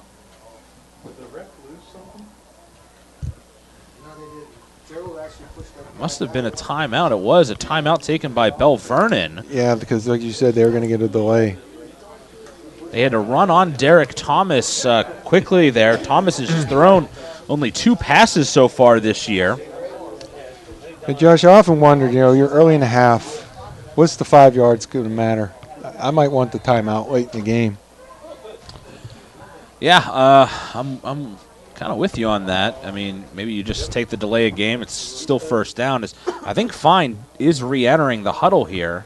No, it's Thomas. Now Thomas walks over to the sideline, so it is Fine that comes back in as Thomas will take his spot on the far side. But that was odd. It must have been a helmet coming off or equipment issue, something like that. Fine is running back onto the field. So, well, that's different. So you might have needed a timeout there to keep your starting quarterback in the game. Exactly. So trips go out to the right side. 2 men lined up in the slot right now. They send a man in motion. That's an extra protector in Ben Cole. Cole, a good one. His brother played football at Penn State, Adam. And a delay of game is going to be called. So out of all that, out of the timeout, you pick up a delay of game. Boy, that's just inexcusable there. You're absolutely right for Bell Vernon. You could have taken the 5 yards in the first place. As a coach, there's no way you could ever. I mean, you just gave in one of your timeouts. You cashed it in for nothing. You would have lost the 5 yards on the penalty. Okay, in this instance, you're able to keep your quarterback on the field because for whatever reason we can't determine, he had to go out. But when you take a timeout, then you get a delay. That's just not good on any level. I don't know who's to blame, but yeah. All right, so here is Fine. He's going to take it up the left side hash. He's to the 40, lunging forward down to the 42-yard line. Not much doing on the carry. It's going to be a gain of 3 yards on the play. They're actually going to give him the 41. So down on the field was Gerald Brown, and he grabbed a hold of the ankle of Fine, and he was not letting go for anything. He was being dragged for a few feet there, but not much more by Fine, and Brown was not going to let go, so he able to hold Fine up until his teammates were able to get on the tackle. I think you could say part of the good tackling technique is they're gang tackling. They're getting hats on the ball carrier. 2 men out to the right, 1 to the left. Here is Fine. Drops back. He looks to roll. He steps up in the pocket. Looking. Now he's going to roll to the far boundary. Sherlock all over him. Brings him down from behind. He falls forward for a positive gain. It'll be a 5-yard pickup on the play and brings up 3rd down. So as Fine was tackled, he jumped up right away, and he was putting the ball down and had a few words for Labuda. He was rolling right. I think he wanted Labuda to go down the field, so he had a receiver to target. But Labuda right away started blocking, and therefore there was no receiver in that area, and Fine had to keep it and start running. So 3rd and 7. All right, now 2 men out to the left. They've kind of incorporated more receivers. They were just running a lot of 2-receiver sets early on. Now 3 men out there. They throw it. It's a low pass for Labuda. Makes the grab at the 49-yard line. So pushing and shoving in the backfield. It will be a pickup of 5 yards, but he's 2 yards short of the first down. That'll bring up 4th down. Coach Brazos down there does not look happy about that being called a catch. Spot the ball at the 49-yard line of West Mifflin, so Bell Vernon over midfield, but it's going to be 4th and 2. They're going to go for it. You might see Fine keep it and go right up behind the center and guard like he's been doing often. Empty set in the backfield. 3 receivers right, 2 out to the left. Under center goes Fine, and he's going to QB sneak it, lunges forward. I don't think he got there. He's going to be half a yard short, and it is going to be a turnover on downs. Fine tried to lunge over the left guard, Cody Williams, and just could not get enough progress. Got about a yard, maybe a yard and a half. No, it's just a yard, call it, and it is West Mifflin football. He's going to measure it.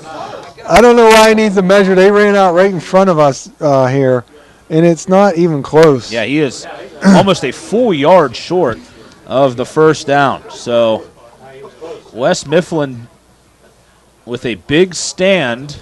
Going to be a turnover on downs with 8:20 to go, third quarter. West Mifflin there. They have about 15 kids on the field, it seems, all huddling right around the football, waiting for the chains to be stretched out over the ball. Indeed, it is a stop. And they explode to the near sideline as West Mifflin takes over. 6-play drive ends in downs, and West Mifflin will get the ball back in good field position, too. And that's the thing, I get in a way going for it because you haven't been able to generate a lot of offense, but at the same time, you could have pinned West Mifflin deep, flip the field again, and remember, Bell Vernon was able to control the field position in that first half. So 8:20 to go when they take over. 48-yard line is the spot, their own 48. West Mifflin, they hand it off. Tyree right side, and Ben Cole is just all over him. Cole, the 6'2", 218-pound senior middle linebacker, steps up and lowers the boom on Tyree, a 1-yard gain, and that's it. And as I mentioned, Cole, his brother, Cole is a terrific baseball player, by the way, but his brother played linebacker for a while at Penn State, Adam, and we were talking to Coach Humbert, and he decided he just wanted to focus on academics and stepped away from the football team. But a guy that was recruited by Penn State, obviously good bloodlines in that family here from Bell Vernon. Gallius is back under center. So here is Gallius, 2 men split out either way. Gallius steps up. He's going to roll up over the 50, cuts it back over the 45 and more. Down to the 41, maybe the 39-yard line. Good for a first down. Gary Gallius on the keeper. Give him 11 yards as Gallius now at 47 yards rushing. And he has picked up 4 first downs on the ground so far. Tackle by Cody Williams for Bell Vernon, but Gallius did a nice job. It looked like he was going to get hit, and he was able to slightly turn and make his body a little bit sideways and slither past that first tackler, get a few more yards, and pick up the first down. Now, Gallius, not a big kid, listed at 5'9", $185, but he is shifty on those fake handoffs, and he's going to fake it one way and then give it to Carey. Carey up the middle and has enough for a first down and more. It's a gain of 12 yards for Darnell Carey, and that almost looked like a busted play. It looked like Gallius turned around and then just sort of ran into Carey and just said, "Here, take it." And he said, "All right, I'll get a first down." The timing of that was not good. It was Gallius turning around and running smack into Carey. Both of them kind of giving the old, "oops, that's my fault" type of deal. Then Carey takes the ball and just darts through that hole with such a burst. He's able to pick up the first down. Yeah, he has a ton of speed. High back set. Belante in motion left to right. They're going to pitch it to the near side to Tyree. Tyree cuts it up the hash, still on his feet. To the 25, the 20, and he breaks free. To the 15, the 10, the 5, touchdown. Russell Tyree, give him 6. Adds on to West Mifflin's lead. It is now 12-3 as Russell Tyree goes in for the score. As we've seen before from Tyree, just kept picking up and putting down the feet, chopping. He was able to break loose of that last tackler, and then he scampered another 22 yards into the end zone. So second touchdown of the game for West Mifflin as they line up in a little swinging gate right here for the extra point. We'll mark that one at the 5:21 mark. It will be Tyler Beck to attempt it. And it is blocked again. That one was a bad snap, and the kick is blocked. Johnson, the holder, was appealing for a penalty, it looked like, but it is still a touchdown for West Mifflin. They've had 2 extra points blocked. It remains a 9-point game, but a 2-score game at that, and West Mifflin will be happy with that. 6:39 to go here in the third quarter. It is West Mifflin 12, Bell Vernon 3 here on the MSA Sports Network.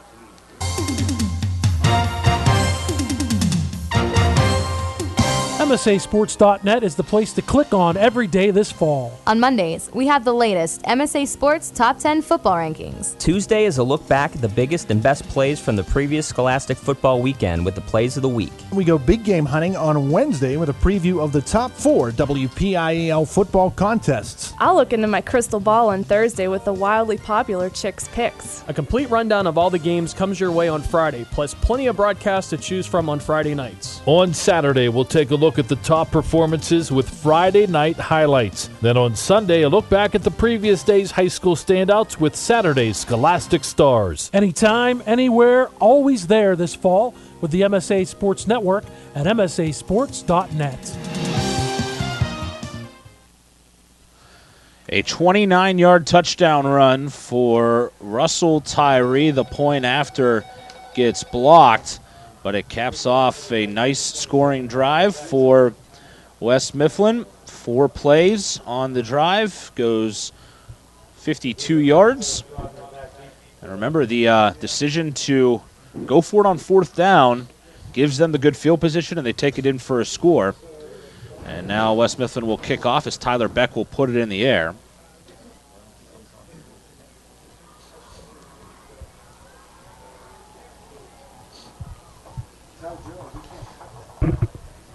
.6:39 remains, third quarter. It's now a 12-3 lead for the Titans. The unusual time, we see 2 blocked extra points.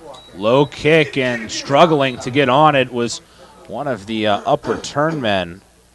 And that was Sage Pasco, who was able to get on it. Just a good play in there on the kick. They kicked it low, kicked it at a person they wanted, and by the time he picked it up, he was down on the knee. So I think the staff and the players for the Titans are really, figuring out what they can and can't do against a team that outweighs them, but they're just, using simple things here and there, using some good technique and some hard running by Tyree and Gallius to move the ball against the defense of the Leopards. And now the Leopards, down 9, take over on their own 25.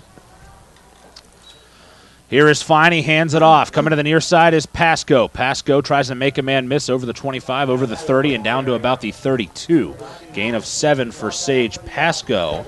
We have not seen a lot of Nick Hall in this game. Not sure if he is out with injury, but we have not seen him yet here in this second half, and really since pretty early on. He had 4 carries early and then hasn't really touched the football since the early part of the second quarter. And they've been using Pasco back there quite a bit. He is not on the field again. Pasco on sweeps as I'm scanning the sidelines for Hall. It's kind of hard because some of them are wearing weather coats. I can't see the numbers. Here's Pasco again running with it. He's to the 35, the 40. Breaks free up over the 45, down to the 47-yard line. A gain of 15 yards for Sage Pasco. Just hard running there by Pasco on the left side of the field. It's going to pick up another first down. They only needed, I think, 3 on that run. Picked up much more. Ball now on the 47. And I'm having a hard time finding Hall on that sideline, so we're going to have to say that it's unlikely we'll see him. And they fake the handoff to Cole. This is Fine. Fine up the middle to midfield. Dives forward. Last-ditch effort as Congdon was all over him. And he is able to get a good gainer out of it. Call it 5 on first down for Mikey Fine. And really, as this game goes now, as you're approaching the 5-minute mark in the third quarter, down by 9. I know there's still a lot of time left, but with their inability to score, the weather, and this terrific West Mifflin defense we've seen tonight, this becomes a drive that Bell Vernon kind of needs points out of. I found him. He's standing around the 45-yard line. And here's a quick hit to Cole. Cole Up the middle will gain 3 yards to the 45-yard line. First carry of the ball game for Ben Cole. Yeah, the way Hall is sort of standing with his hands inside his sleeves, it does not look like he'll be running back onto the field. And keep in mind that Bell Vernon lost in Week 4 Derek Sosovsky to a torn ACL and partially torn MCL.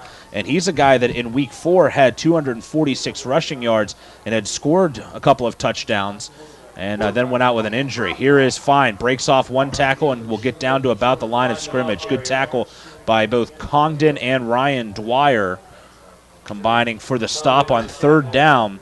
And that will bring up 4th and 2. Yet again, similar spot of the field that they were in earlier in this quarter.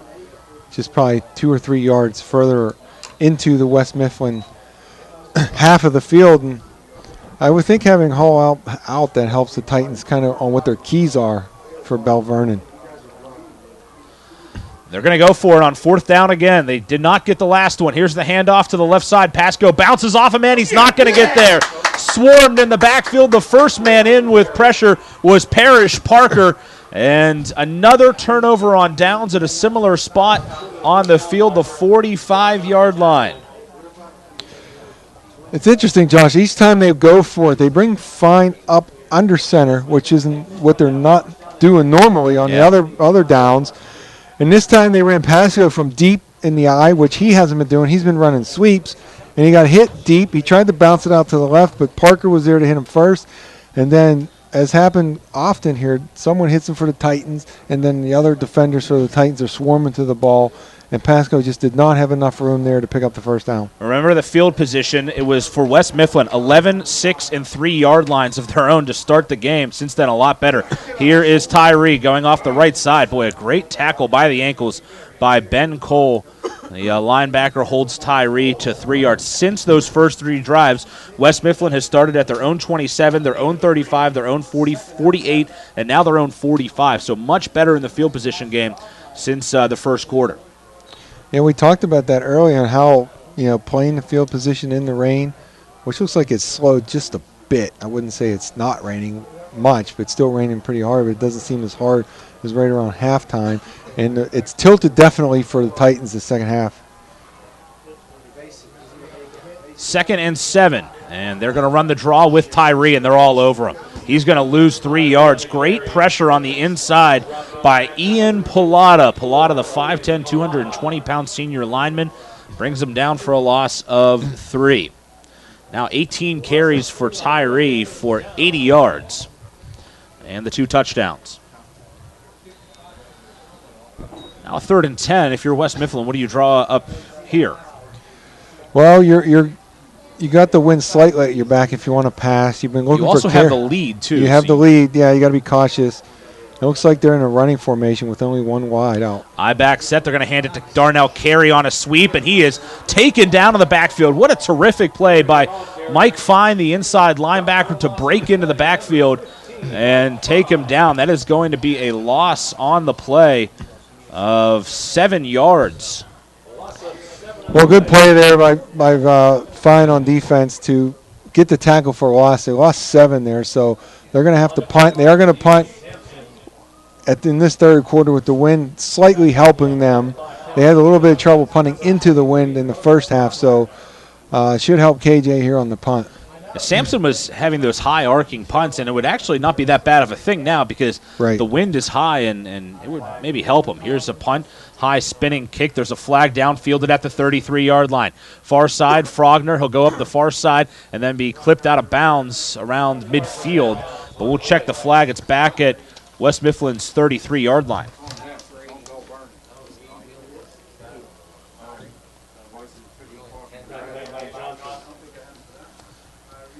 Indications are this is going to be against West Mifflin. Pretty good return there, 17 yards on the pickup on that return for Logan Frogner. Well, so first down there for the Bell Vernon Leopards, and Gives me an opportunity to tell you for updated football scores on Friday nights. Check out MSA Sports on your mobile device at m.scores.msasports.net. Also, starting tomorrow, exclusive coverage of the WPIAL soccer playoffs. That starts tomorrow. We'll have volleyball playoffs starting next week as well, as I know you'll be busy covering some soccer tomorrow. Yep, Lou and I will be at Peters Township for a doubleheader. I know you had a chance to meet Lou for the first time. His game canceled tonight. 1:27 to go. Here's the first play from the 50-yard line. They hand it off to Cole. Cole bounces off a man on the right side. Will pick up 7 yards. Well, here's an opportunity as we approach 1 minute, 10 seconds. 13 minutes to go in the game. You're not going to have that many more possessions if you're Bell Vernon. They're not scoring on quick strikes, so ball on the West Mifflin half of the field. Got to grind out some points here to cut into this 9-point lead of the Titans. Bertram in motion from left to right. And the delay give, they give it to Cole, and he is taken down after picking up 2 yards. That'll bring up a 3rd and 1. That play just developed too slowly, I think, for him to hit anything. So we'll see how, they've missed a couple 4th down conversions in short yardage. Now we're 3rd and 1. They've been bringing Fine up under center in these situations. We'll see what they choose to do on this snap. It looks like Fine's going to stay in the shotgun this time. 3rd and 1 from the 41. They need the West Mifflin 40. Here is Fine. He's going to keep it himself, and he will have the first down. And he breaks off a tackler, still on his feet, inside the 35, inside the 30, down to the 26-yard line. It looked like he was going to get 2, then all of a sudden sprung it free for 14 yards. Just hard running. Wasn't real quick running by Fine. He just kept going, kept moving his feet, was able to get through one layer of defense, then into the second level. And it wasn't until Congdon was hanging on for dear life to prevent the long touchdown run, and then Dorian Johnson ran over from the safety on the far side to the near side and was able to deliver a blow to knock down Fine. And there's a flag, and they're marching backwards. So the flag will take it back, and it will be 3rd and 1 again. Again, inopportune times for the penalties for the Leopards. And it looks like this clock is going to run out, and we're going to go to the 4th quarter with the lead West Mifflin 12, Bell Vernon 3. 3rd and 1 coming up here, a big one for Bell Vernon. They trail 12-3 here on the MSA Sports Network. On every Wednesday night at 7 for the latest high school football news during this week in the WPIAL here on the MSA Sports Network. Join Don Rebel and other members of the MSA Sports team as they visit with WPIAL football coaches, plus they run down the upcoming schedule and preview the weekend's top high school football games. That's this week in the WPIAL, every Wednesday at 7 p.m. this fall, only on the MSA Sports Network. Coverage of the 2016 WPIAL Girls Volleyball and Boys and Girls Soccer Playoffs is only here on the MSA Sports Network. Follow the action from the preliminary round to audio and video coverage of the district soccer and volleyball championship matches. Your exclusive home for all of the WPIAL soccer and volleyball playoffs this fall is the MSA Sports Network. Back here on the MSA Sports Network, big 3rd and 1 coming up as we get underway here in quarter number 4. It's 12-3, West Mifflin over Bell Vernon. Again, the winner of this game, if it is Bell Vernon, they will wrap up a first-round playoff game here at James Weir Stadium. West Mifflin will take a big step. They could also win the conference championship as well if they were to win this game and then beat Thomas Jefferson next week. Here's the handoff on 3rd down to Cole. He's up the middle, good for 3 yards and a first down. So they are able to convert as Ben Cole picks it up. His 4th carry for 15 yards. Mentioned Lou Root here. That game tonight that was postponed, Charleroi at Beth Center. That game moved to tomorrow night. Just due to the weather? Yeah, the weather affecting that one. They called that one pretty early today. Here's Pasco on the jet sweep, going to the far sideline, trying to turn the corner. He gets a flag flies, and he got down to about the 35-yard line. Pretty easy call here. It's going to be blocking the back. Everybody in the press box kind of yelled out that one as the DB for West Mifflin was running up to break down the attempt to tackle on Pasco, and the block came from behind. So we're going to march off some more yardage for Bell Vernon. And I think this one, we're 3 quarters in, Josh. It's like the speed of West Mifflin and the slow foot power of Bell Vernon, and that's kind of the contrast we're dealing with here. Bell Vernon is just not able to get on the edge of West Mifflin, and we've seen Gallius be able to get on the edge a couple times for West Mifflin on offense. Before we forget, I wanted to mention that tonight's homecoming here at Bell Vernon, the homecoming queen, Lainey Spoto. Great moment at halftime. Lainey is a special needs student in the life skills program here at Bell Vernon, and they named her homecoming queen. She was voted homecoming queen as a flag flies from the near side, and West Mifflin moving up front, so that'll give some of the yardage back to the Leopards. 5-yard penalty. That's the 5th penalty for 40 yards on West Mifflin. Bell Vernon with 7 penalties for 61 yards. You amaze me how you're able to track it all over there on that card, Josh. Lots of practice. 3 men out, right to left. Empty set for the quarterback. Fine. Eludes a man in the backfield. Now he steps up, trying to get to the near side hash. Then he turns it up. Martin not able to bring him down, but then he'll finally duck forward. Flag flies late. Boy, it's yellow laundry left and right here all over this gold turf. He gets down to the 36-yard line. It is a gain of 6, but we'll see what the flag is. Warren Johnson stepped up finally to make the first contact on the quarterback, but it looks like we're going to march backwards again for the Leopards as they stand over the flag. Blocking the back again. I'm thinking when the officials come here, they should bring red flags. I think they use red flags in the Canadian League, where you'll be able to see them a little better on this field. That probably, I'm guessing, maybe wasn't fully thought out when the administration here decided to put the gold turf in. But, yeah, you do have to sort of try your best to spot the flags when they do fly. We have missed a couple here tonight because of that. Not only that, but the rain coming down hasn't helped either. Hasn't helped the visibility. And a bit of a delay here, maybe something with the play clock. It's at 25. And now they're going to signal the start of it. 2 men out, left to right. Protector in the backfield again. Nick Hall, the starting running back for Bell Vernon, out of this game. They throw over the middle. It's caught by Cole. Sherlock was blanketed all over him. Somehow he made the catch. It's a gain of 5 yards on the play to Ben Cole. They were both there. Wasn't sure who was really in position to make that catch.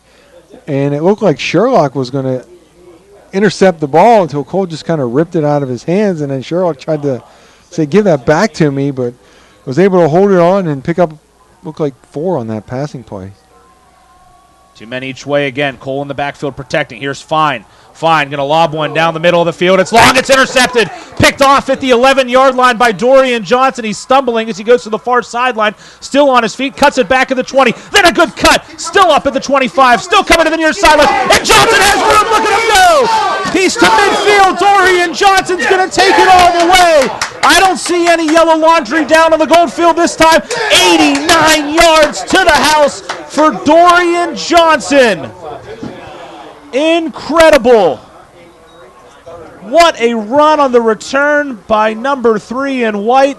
And it's 18-3 West Mifflin, and Johnson can barely stand. He's so out of breath. Well, Josh, you're not going to see too many interceptions and returns better than what you just saw from Dorian Johnson there. 2:15 into the fourth quarter. Johnson playing the left corner position, came off his guy. He looked like he was playing safety at that point. He ran under the ball much like a center fielder would. His momentum took him to the right sideline. He was able to elude a few tackles, juke and jive his way through traffic, come all the way back to the left sideline, and then from about the 50-yard line in, he was virtually by himself as he scampered into the end zone for the big lead for the Titans. 89 yards is the extra point, not blocked this time. Down the middle and good, and Johnson got his breath, and he comes to the sideline doing a little dance as he joins his teammates on the near bench. What a return for Dorian Johnson. 89 yards, 9:45 to go. It's now West Mifflin 19, Bell Vernon 3 here on the MSA Sports Network. Right now, when you refer a friend to open a new personal or business checking account at First Commonwealth Bank, you can earn a generous cash reward. It doesn't even have to be a friend. Could be a relative. Could be a Bruins fan. Could be that guy over there with the weird hair thing going on. It doesn't matter. Refer anyone to open an account and it will really pay off for you. They'll even get a cash reward themselves, no matter who they root for. First Commonwealth Bank, member FDIC. Learn more at a local branch or visit fcbanking.com. Well, years ago, there was a Dorian Johnson that played at Bell Vernon, and he was a lot bigger than the Dorian Johnson that just returned the interception for a touchdown. Dorian now I believe a senior now at Pitt, playing on the offensive line and a midseason All-American, and will likely be drafted in one of the first 3 rounds of the NFL draft. One of the best players to ever come from Bell Vernon, and today, though, it's a different Dorian Johnson from a different school making plays. 89 yards. Dorian Johnson of West Mifflin goes to the house on the return. Josh, the guard for Pitt, Dorian Johnson, played at Bell Vernon, known for good feet, but I don't know if he had the footwork to pull off that type of return. Just a great play in the defensive backfield. Squig kick handled by one of the up men, and running with the football is number 21 in green. That is Mason Pasco. And Pasco will give them pretty good field position at the 40-yard line to start, but Bell Vernon in need of points and in a hurry here after the pick 6. Here we talked it was speed versus power, and I mean you could just see looking down there that the green jerseys are a little bit bigger than the white jerseys, but it's been the elusiveness as the Titans to avoid the tacklers, to make the big play, and they've really gang tackled and stopped the inside power game here in the second half of the Leopards. Right. Sometimes the size of the line doesn't matter if you have the linebackers and the ends that can get to the football in a hurry. And that's what Matt Humber told us, that this line and these linebackers are extremely fast from West Mifflin, and they get to the ball in a hurry, and that's exactly what he's seen for his offense here tonight. Here's Fine dropping back, looking to throw. Lobs one over the middle, pass caught. It's Labuda. Labuda over the 50. He's down to the 44-yard line. So a pickup of 16 yards, maybe 17 on the play, on first down. Big pickup there for the Leopards. So Bell Vernon's going to have to pick up the tempo here. They're going to need 2 touchdowns and 2 extra two-point conversions to tie this game. So that's still a two-score game, though. Yeah, that was probably the best passing play we've seen so far for Bell Vernon. Labuda wide open, Fine delivered it nicely. 2 receivers out right. Here's the snap, and this is a pass over the middle, and it's a low throw. Johnson nearly intercepted. Almost got his second in as many drives, but it was low and off the turf and incomplete. You know, I watched some film on Fine this week, and one thing that I noticed, he is able to roll out and throw off of his back foot pretty accurately. He has made some good throws this season, throwing off the back foot. You know, last year, 431 passing yards, 1 touchdown, 7 interceptions. This year, he has had the 7 interceptions, now 9, including tonight's game, but he's also thrown 9 touchdowns this year. So he's found a little bit more accuracy, but the interceptions have definitely plagued him. Here's Fine again, rolling out, up in the air, boy, in and out of the receiver's hands, and then nearly picked off again as they were looking for Frogner over the middle. Parrish Parker was in defense as well as Brody Belante, the safety. Those two collided and are slow to get up. Just not looking the ball into their hands there. That was delivered pretty nicely by Fine, and Frogner just not able to hold on to the ball. And get an opportunity to tell you Progress is back this year, sponsoring the 2016 fall edition of the Progress Athletes of the Month in football as well as boys and girls soccer. The October nominees will be announced on Monday. So here's Fine again, dropping back, sees pressure, throws over the middle. It is caught, pulled in inside of the 25. What a catch down the seam by Ben Cole, who got upfield to make a sensational grab. Goes from the 43-yard line down to the 22, a gain of 21 yards on the play. Just very nicely did Cole kind of look back over his shoulder there, leap up just in time to snag that one and pick up a first down for Bell Vernon as they now have the ball on the 23-yard, it looks like, for West Mifflin as we hit 8:50 to go in the game. A little bit of tempo here. Up kick for Bell Vernon. Here's Fine again, trying to get into a rhythm. Throws over the middle. Has Cole, and it's incomplete. Boy, he had Cole open over the middle. Belante came in trying for the big hit on Cole, but the throw is just a bit short. Belante was heat-seeking there, looking to deliver the big blow, and Cole not able to hang on to the football. Fortunately for both of them, they didn't collide there because that would have been kind of nasty, as I think the rain has increased a little bit again. Yeah, 23 points last week for Ringgold in the fourth quarter against West Mifflin. So some demons trying to be exercised here by this Titans defense that has played so well really all season, and particularly tonight. They have just been terrific. Trips go out to the left. Extra protector thrown out there on Cole as well. Here's Fine. Throws over the middle. Pass low. Pass caught at the 9-yard line. Labuda makes a sliding catch down to the 9. It's a pickup of 13 yards on the play. So really the first time we saw a blitz, a little delayed blitz by West Mifflin as Brock Sherlock came. Fine stayed in the pocket nicely, delivered a nice pass there to Labuda, and they're getting the ball down the field better with this little bit of offensive tempo with Fine delivering it, distributing the ball in the passing game instead of running it. And just a 2-score game. There's a lot of time left here. Still over 8 minutes to go. 8:24 as the clock rolls. 3 men out to the left. Here's Fine. Drops back. Throws to the right side, and it's incomplete. He was looking right at the goal line for Frogner, but coverage by Dorian Johnson as the pass falls incomplete. I'll tell you what, though, Bell Vernon's offense on this drive, throwing the football, going with a quicker pace, has looked much better than they did really through the first three quarters of this game plus. The power game just looked too slow. Maybe because Hall is not in the game. They look better with the tempo here. That play did not look good. It was well covered, but Fine still threw it out to the far side of the field. That could have been picked off for 6 there if he would have floated that. So got to be careful here. Here's Fine. He's going to run the delayed draw on the quarterback keeper. Gets down to about the 6-yard line. A pickup of 3 yards on the play for Fine as they try to go with a little bit of a change of pace there. Looked like that was safety Marquise Martin coming in there to hit Fine and tackle him down at the 6-yard line. So it's going to be 3rd and goal, 3rd and 6 at the 6. Under 8 minutes, Bell Vernon needs a touchdown. Now 2 receivers out to the right. Pass go in the slot to the right. Here is the keeper by the quarterback. Fine. He is into the end zone. Touchdown, Bell Vernon. They're right back in it on the 6-yard touchdown run by Mike Fine. A big strike there for the Leopards, and now with a 2-point conversion, it'll be a 1-score game.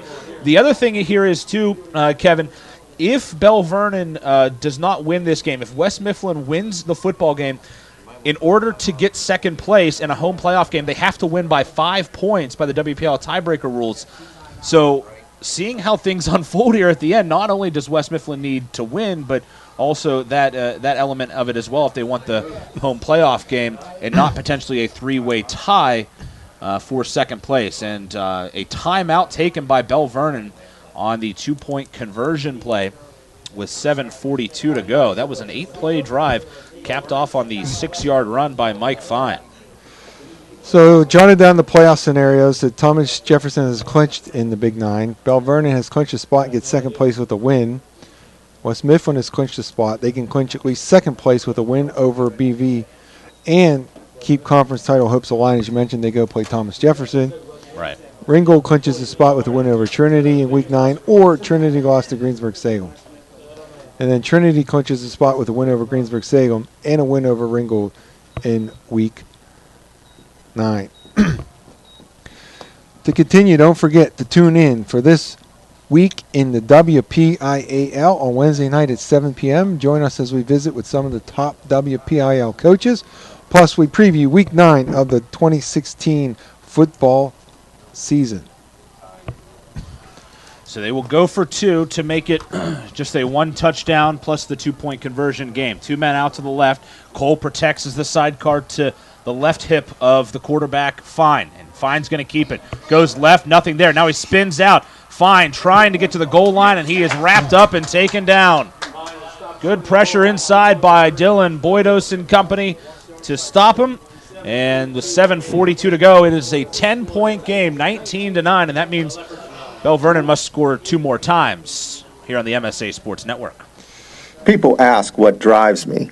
It's the respect I have for my opponents, the trust I have in my teammates, a coach who treats me with dignity, and a university that has faith in me on and off the field. That's what keeps me focused, why I practice harder, play my heart out. I play to win. I play for Carlo. Tell us your story using #WhatDrivesYou. Carlo University, a proud sponsor of the MSA Sports Network. Well, UPMC Sports Medicine is partnering with MSA Sports this year for their Stay Strong and Play On program, featuring monthly spotlights on athletes who have overcome injury and continue to pursue and excel at their sport. UPMC will be granting 2 $1,000 scholarships at the end of the year to athletes who have managed to stay strong and play on. Look for more details soon at msasports.net. 8 plays, 2:57 off the clock, 60 yards. The 6-yard touchdown run by Mike Fine. The 2-point conversion failed. It's now 19-9. West Mifflin leads, 7:42 to go, and we'll see what happens on the kickoff. Guess is not kicking off now. This is McCullough, Chris McCullough, who has not kicked off for them yet. He will kick the football off. So just maybe a different approach, or maybe trying something different altogether. And it is an onside kick, and the ball is free, but it is going to be wrapped up, jumped on by one of the upmen. That is number 23. That is Terrence Bull, who gets on the football. And that's good field position for West Mifflin on an interesting kickoff by Chris McCullough. Yeah, McCullough, first of all, not your typical size for a kicker. This is a big guy running up to the ball. He never broke stride, so he had a technique where he was able to kind of hit the top of the football and immediately pound it into the turf, and then it bounced up in the air for the onside kick attempt. And Bull holding his position 10 yards past where the kick was starting, catches it, falls to the ground, first down on the 49-yard line for the Titans. Leopards need a stop. They have 6 men with their hands in the ground. They are going to pitch it to the near side. This is Tyree. Tyree cuts it up, has a running room. Open field in front of him. See you later, Russell Tyree. 51 yards to the house, and West Mifflin, one play, answers right back with a touchdown of their own.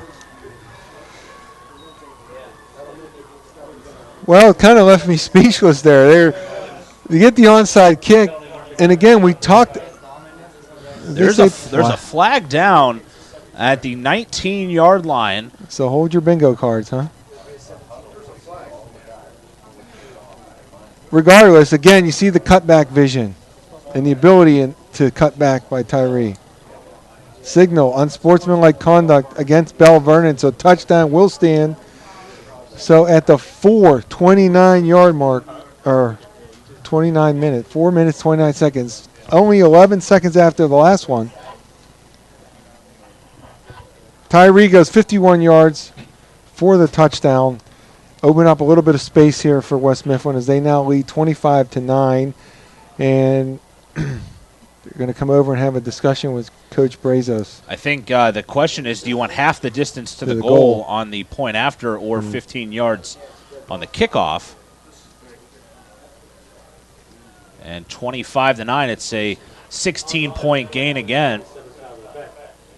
And they're going to have Beck kick it. Looks like they took the half the distance. High snap, fielded, the kick is up, and it is somehow going to split the uprights.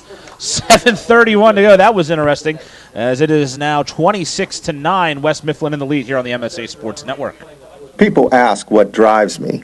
It's the respect I have for my opponents, the trust I have in my teammates, a coach who treats me with dignity, and a university that has faith in me on and off the field. That's what keeps me focused, why I practice harder, play my heart out. I play to win. I play for Carlo. Tell us your story using #WhatDrivesYou.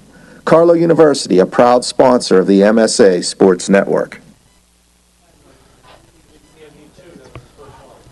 Well, when we talked this week to Ray Brazo, he told us that the team was going to rally behind Russell Tyree, and they have most definitely done that here in this game. He is now at 131 yards rushing and 3 touchdowns, including the 51-yarder there, maybe to put this game away, now 26-9.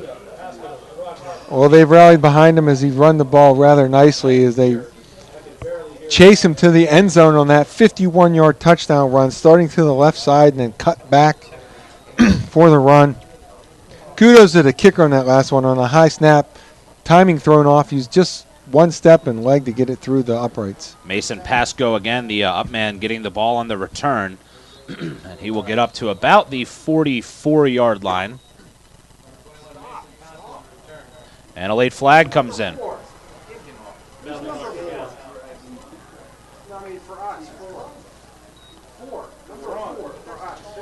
And the man in there was John Gambrelli pushing and shoving. And remember, last week they had a penalty on the kickoff that put the ball 15 yards up, and that allowed George Martin and Ringgold to go down and score. So you don't like seeing this if you're West Mifflin late in the game. We'll see who the flag is on.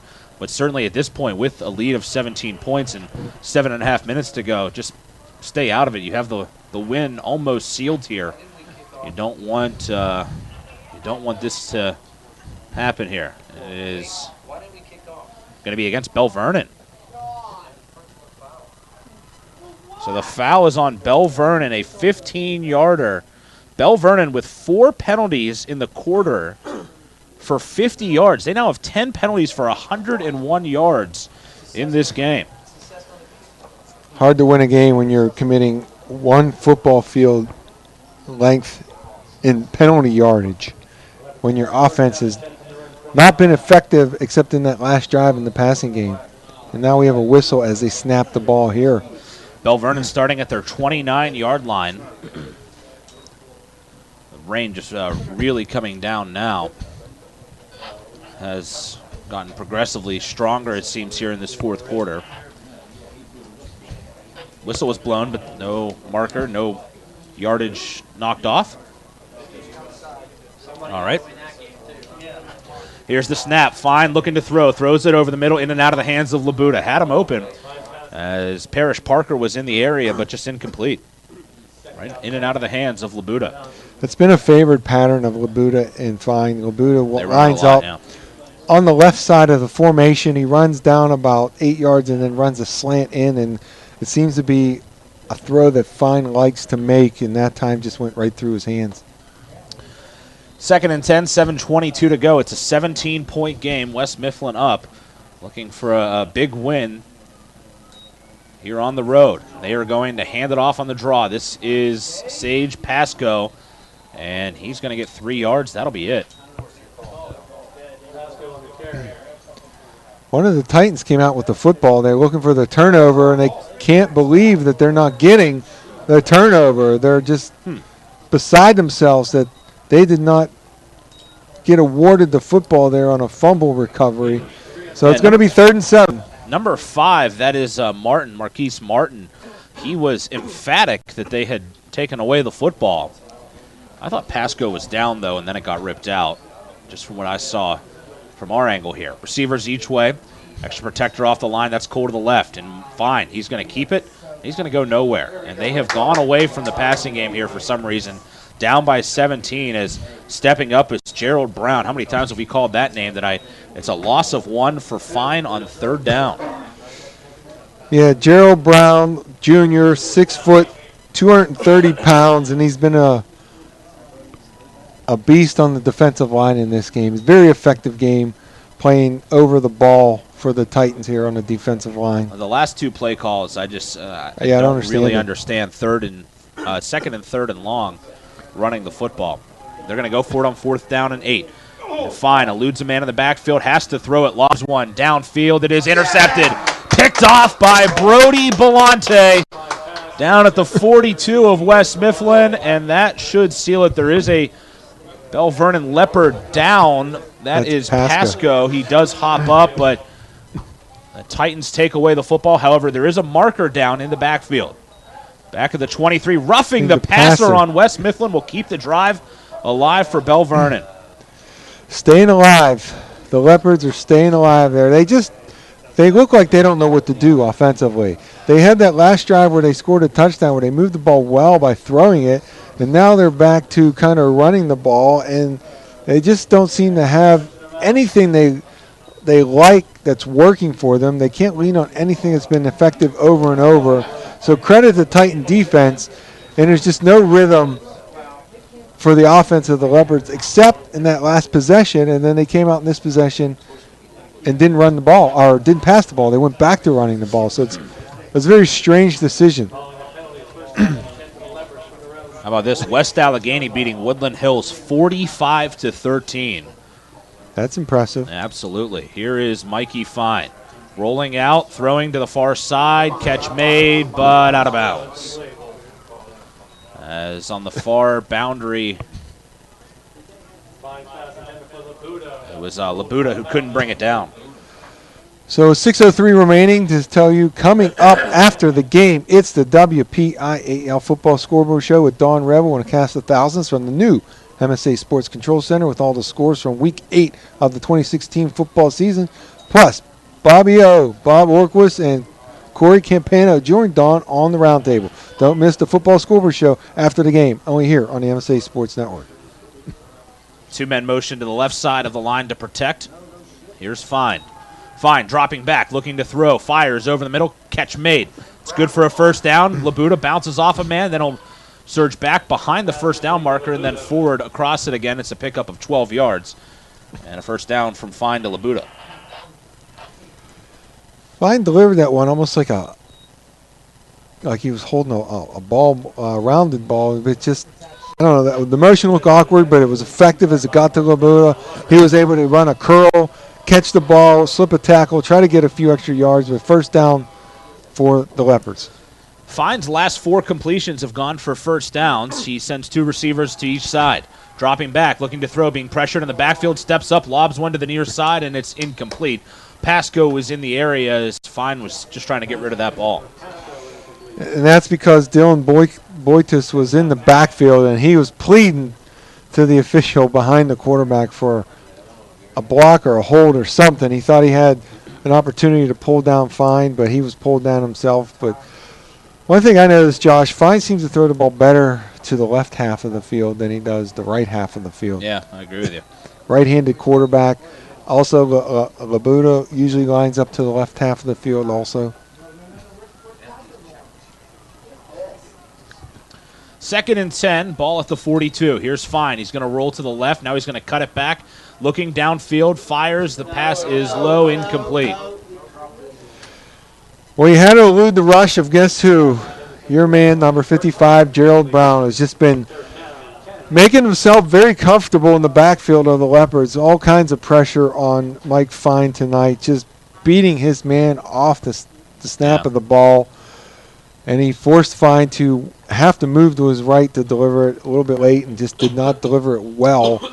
Too low to make the catch. A 3rd and 10, 5:28 to go. Ball on the 42-yard line. Yeah, when we talked to Matt Humbert from Bell Vernon, he told us about this West Mifflin line. He was worried about it, you could tell. Here's Boydos in on the backfield. Fine steps up, and a good tackle made by Maurice Johnson, lunging forward for a pickup of about 4 yards is Fine on his 18th carry of the ball game. So it's going to be 4th and 6. They're approaching 5 minutes remaining, and again, they're just kind of standing around in a huddle waiting for the play to come in. The body language is not good. They're slowly. They don't have any tempo. They just feel, slowly approaching the ball to snap it. They just look like they're out of answers. Yeah, I think the 51-yarder, I think not getting the 2-point conversion took a lot of wind out of the sails. Here's Fine, steps up. He's hit, struck, and a flag flies in the backfield. By the side judge. It was 4th down, so that check the flag. That's an important flag that's down. Looks like West Mifflin is going to decline it because it's on Bell Vernon. It's going to be a hold. It's declined, and West Mifflin's offense will take over. Well, you really have to credit the undersized defense of the Titans, using the technique and the speed to put the pressure and elude the offensive line, putting the pressure on Fine, getting past the offensive lineman of the Leopards. And to me, just observing this, the offense for Bell Vernon just appears to have no answers for anything. And it's not like West Mifflin's doing anything special. Sorry there, Josh, as I bump you. They're just putting pressure on by beating their man one-on-one. They're not blitzing. They're not doing anything creative. They're just winning the man-on-man battles. Man each way, extra protector on the line to the right. Here's the snap. It's a pitch to Tyree. Tyree trying to shuffle around on the backfield, but all over him is Zubovic for a big loss. That'll be about 4 yards that Tyree loses on the play. So subtract that from his impressive total today, but West Mifflin will certainly take their time. Getting back to the line of scrimmage here is going to be 2nd and 13 as we approach 4:20 remaining in this game. West Mifflin in control 26-9, and they're going to milk this play clock as much as possible. 16 remaining on the play clock as they run in with the play from the sideline. Brody Belante with the play, delivering it to Gary Gallius as they get to the line of scrimmage with 5 seconds to go on the clock. 128 yards rushing for Tyree. Here he is again. He'll grab a yard, maybe 2.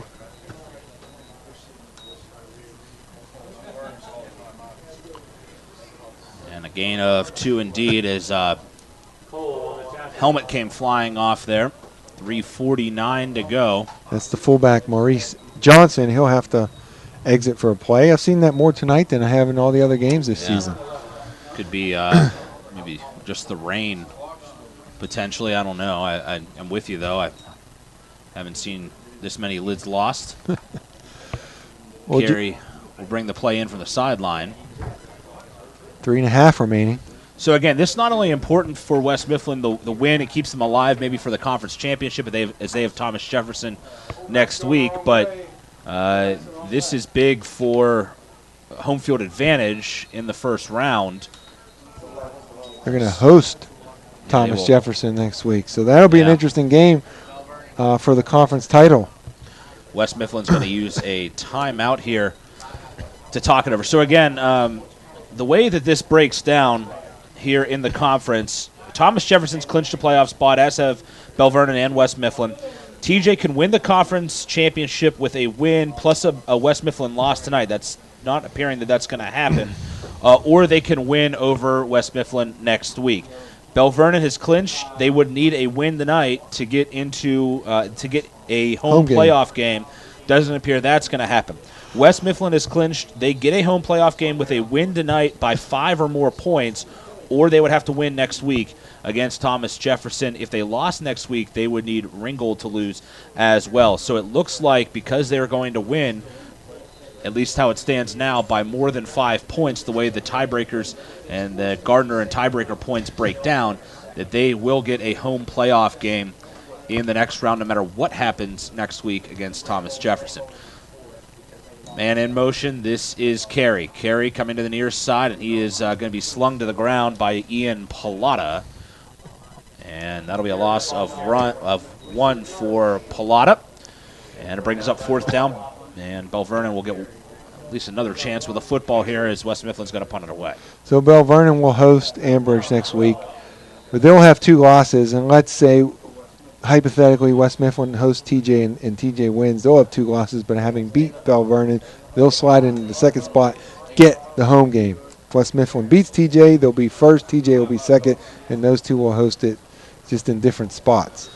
Belle Vernon is going to burn a timeout, their 2nd that they have used so far. Well, the team at MSA Sports would like to thank BSN Sports for providing our team with our new black and white polos for the school year. You can follow BSN Sports, PBURGH. And they have joined the MSA Sports sponsorship family. And they'll be featuring a weekly Coaches Game of the Week every Friday here on the network. Tonight's game, Elizabeth Forward and South Park. Last I heard, that game was under about 3 feet of water at South Park's field. It was, I saw a picture from there, just unidentifiable numbers of players down there. Grass field? Yes, it is a grass field at South Park. A nice stadium they have, but a grass field, and it has seen the brunt of all of tonight's rain. So not looking forward to doing the laundry on that one, whoever that is. High snap, Sampson fields it. He'll get the punt off. And it'll be fielded at the 42. Oh, comes free to Johnson. Can't advance the ball. Who picks it up, but you cannot advance that. But another big play, this time on special teams by Dorian Johnson. And West Mifflin will take over, hit right off of the helmet of the returner Frogner, and it's going to be West Mifflin football as they might be able to just run it out here. Well, Josh, I didn't get an opportunity earlier, but I wanted to say that we've had some interesting special teams tonight. The extra points have been an adventure. We have 2 blocks. We had a 2-point conversion fail. We had a bad high snap on one. We had a punt go through the hands early in the game and go all the way back. It was like a 75-yard punt after it was taken down. We had a muff there where it literally bounced off the helmet right into the hands of Dorian Johnson. He of the person that ran back the interception for 89 yards. So it's been an adventure in the kicking game. 1st and 10, they pitch it to Tyree, and there is a drop of the football. The slick ball got away from Tyree, and he'll be wrapped up all the way back at the 41-yard line. Big-time loss there of 15 yards. Not good on the stats there by Tyree. Yep. He's going back towards 100 yards. As you mentioned earlier, he had 120-plus. Yeah, it was at 130, so that'll put him back to 115. Still a good day, though. 3 touchdowns on the ground for him. He has been a big-time positive for them, filling in for Howie Reed. Again, Reed, surgery on Tuesday to fix the fractured fibula and tibula. And best wishes to Howie, just a junior. Hope to see him back on the field for West Mifflin next year. Quick hitter on the handoff underneath to the fullback. Coach Brazio saying, okay, enough of that toss in the wet ball in the rain. Let's just put it in the belly of the fullback as we're under 2 minutes and try to get out of here. They're going to have to snap it one more time and then probably punt it. But there's not going to be much time remaining for Bell Vernon. Gain of only 1 on the play. So back-to-back losses for Bell Vernon now as they will look to regroup. They had won their first 6, but in the last 2 weeks, 55-0, now 26-9, unless the score changes here in the last few minutes. And all of this for West Mifflin, they attempted 5 passes in this game. That is something to behold when they can just dominate the line of scrimmage the way that they did. And really, in the second half, they really didn't run very many plays in the second half, but what they did, they were able to capitalize on with a couple of touchdowns. 1 play drive after the Bell Vernon score, 51-yard touchdown by Tyree. Got points from Dorian Johnson's big interception return. Bell Vernon has held the ball most of the second half, but they're not putting points on the board because of turnover on downs, fumbles, miscues, penalties. Coach Humpert, great host for us this week. Bell Vernon and Coach Humpert has us all set up. Not going to be pleased with his players as they were too generous of hosts to the West Mifflin players down there on the gold turf. He said that they don't usually lose on their gold turf. Well, tonight they're going to drop this game. It's going to be a big win for the Titans. Get this, second half plays, 37 for Bell Vernon, 13. Now the 14th play here for West Mifflin. Here's Gallius going to the far side, trying to stay in bounds. They'll push him out. Not going to get anything on the gain, but he goes out of bounds with a minute left. That'll stop the clock after the 1-yard pickup. Yeah, probably not a good idea to go out of bounds there. He should have just fell down, able to run some more time. Not able to milk it to around the 40-second mark there with the snap, so it appears they're going to have to.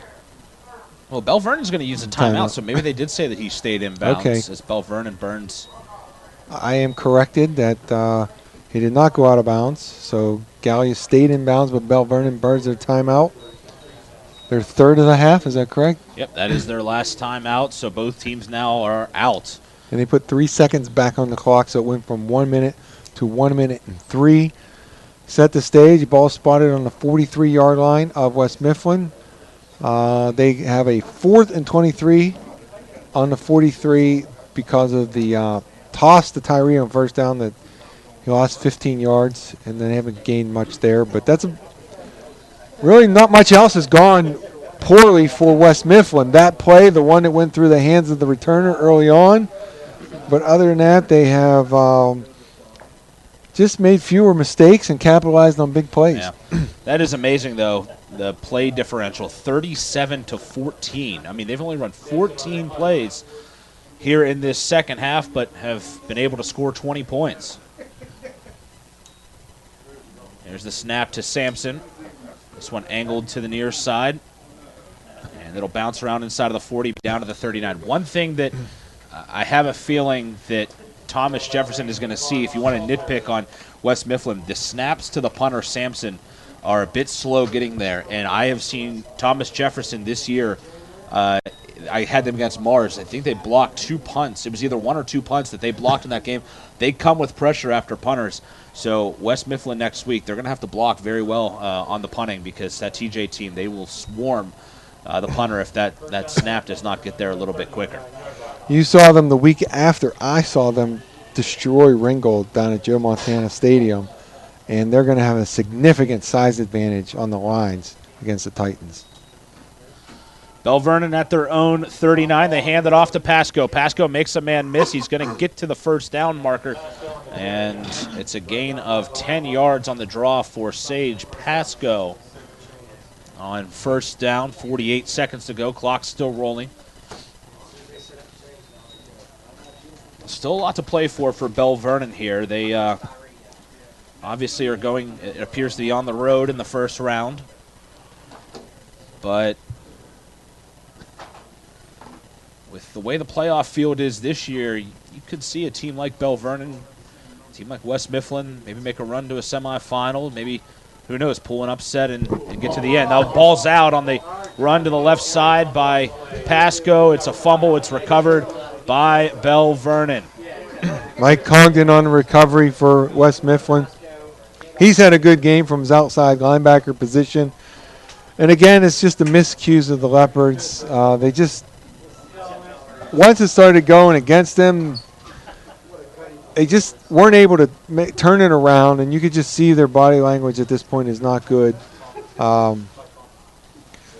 It's going to be interesting in practice this week after getting bombed by TJ last week. Now not playing particularly well this week against West Mifflin. I think we answered our question on who's going to be able to bounce back better. I think West Mifflin has bounced back from their devastating late game loss last week to win this one as he takes a knee. Yep, Gallius will take the knee as the teams will go to line up. A big win on the road, responding from that heartbreaking loss a week ago to Ringgold. West Mifflin comes back on the road at James Weir Stadium, 26-9, the final score, as they outscore Bell Vernon in the second half, 20-6, to come away with the victory here on the gold turf. When we come back, we'll get you the final stats and the scoring summary from this one. Again, the final score, it is West Mifflin 26, Bell Vernon 9. You heard it right here on the MSA Sports Network. The team at UPMC Sports Medicine doesn't just rebuild wrists and knees. They build better athletes. Athletes at every level who want to get stronger and faster and prevent injuries. Fact is, no other sports medicine program in the region is more experienced when it comes to treating, training, and inspiring athletes. UPMC, the official healthcare provider of the Penguins, Steelers, and you. Find out more at upmcsportsmedicine.com. When looking to replace your athletic field, choose ProGrass, first in turf. ProGrass has installed over 500 fields in the U.S. Getting the best artificial turf for your field depends on both the product and the partner you choose. That's why architects, athletic directors, and players choose the ProGrass Performance System. ProGrass maintains an active presence in the synthetic turf industry as members of the Sports Turf Management Association and the American Sports Builder Association, and is proud to be recognized as the FIFA preferred manufacturer. Call ProGrass today, 866-270-6003, or visit them on the web at www.progressturf.com. ProGrass, first in turf. In a season of change, the one thing that remains the same is exclusive coverage of the WPIAL football playoffs, only here on the MSA Sports Network, starting Halloween night with the Playoff Pairing Show at 7 o'clock. Whether it's the Highway to Hines or the Road to RMU, it starts with the WPIAL Playoff Pairing Show, Monday, October 31st at 7 p.m., only here on the MSA Sports Network. Officially Sports is your one-stop shop for all your officiating needs. If you need a shirt, jacket, pants, shoes, whistles, etc., Officially Sports has it all, and they are the sole licensed supplier for the Pennsylvania Interscholastic Athletic Association. Officially Sports also provides custom bags and apparel to help promote your officials association. Mention this ad and receive free shipping until November 1st. Order online at www.officiallysports.com or call 1-800-934-4555. That's 1-800-934-4555. Call today. For the most complete recap of Friday night's WPIAL football action, tune in on your way home from the game to the MSA Sports Scoreboard Show here on the MSA Sports Network. Hi, I'm Don Rebel. Join me in the MSA Sports Gang for all the scores and recaps from the top games, plus the MSA Sports Roundtable. That's the MSA Sports Scoreboard Show after the game on Friday nights on the MSA Sports Network and at msasports.net. All right, back here on the MSA Sports Network as West Mifflin comes away with a 26-9 victory here tonight at James Weir Stadium in Bell Vernon. It is a West Mifflin team that will go to 8-1 overall. They are 6-1 in the conference as they're going to look to go get dry and then head back to West Mifflin and celebrate their victory. Tonight, very deserving win for this West Mifflin squad. They knew they would be in for a test against a good Bell Vernon team, and I'll tell you what, I thought that fundamentally they just played a little bit better. And this game, as these defensive style games often do, this game changed on a couple of big plays here and there, including a big defensive touchdown that really broke this game open, and that proved to be the big difference in this one. Yeah, Josh, I used to like to tell my team when you're playing tight games, playoff-style games, or even in the playoffs, the team that makes the fewest mistakes and a team that capitalizes on those mistakes is usually a team that wins. And I think that describes West Mifflin. I think you perfectly described that they were just fundamentally sound, they just waited out Bell Vernon, and Bell Vernon made more mistakes, whether that was throwing the ball poorly or taking penalties. Just anything you can think of. I think Bell Vernon made more mistakes than West Mifflin. West Mifflin was sound. They made fewer mistakes. They made big plays when they had to. The interception return by Dorian Johnson. After Bell Vernon scored, Russell Tyree took it 51 yards for a touchdown. So they were patient.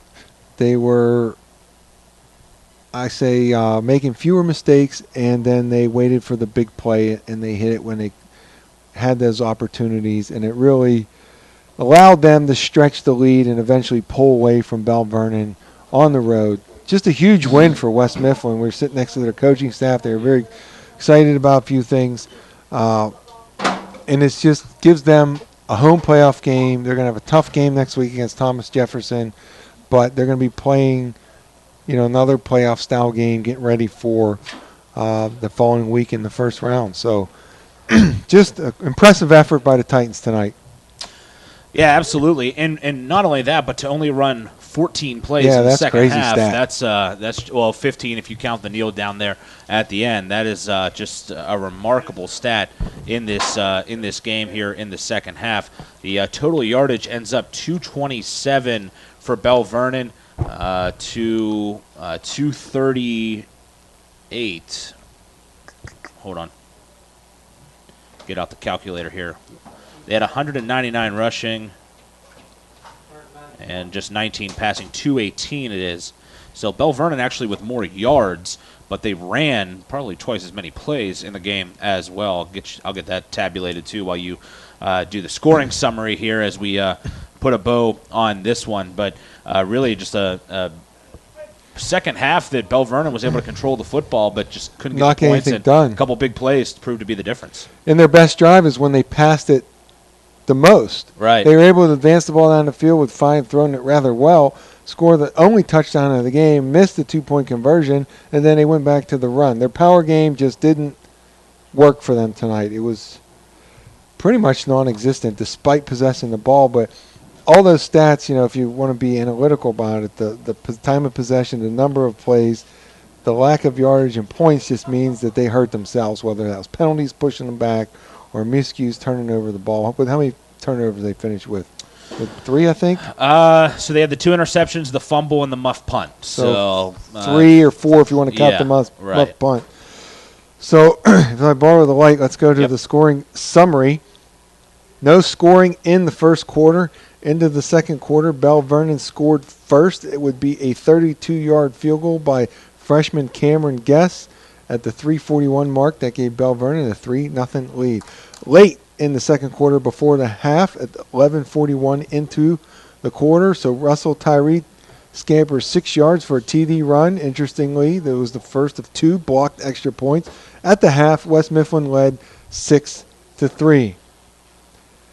Coming out of the second half, Bell Vernon got the kickoff. Weren't able to do much with it. 5:21 into the third quarter. Tyree again on a 29-yard touchdown run. Extra point was blocked. West Mifflin led 12-3 at the end of the third quarter. Into the fourth quarter.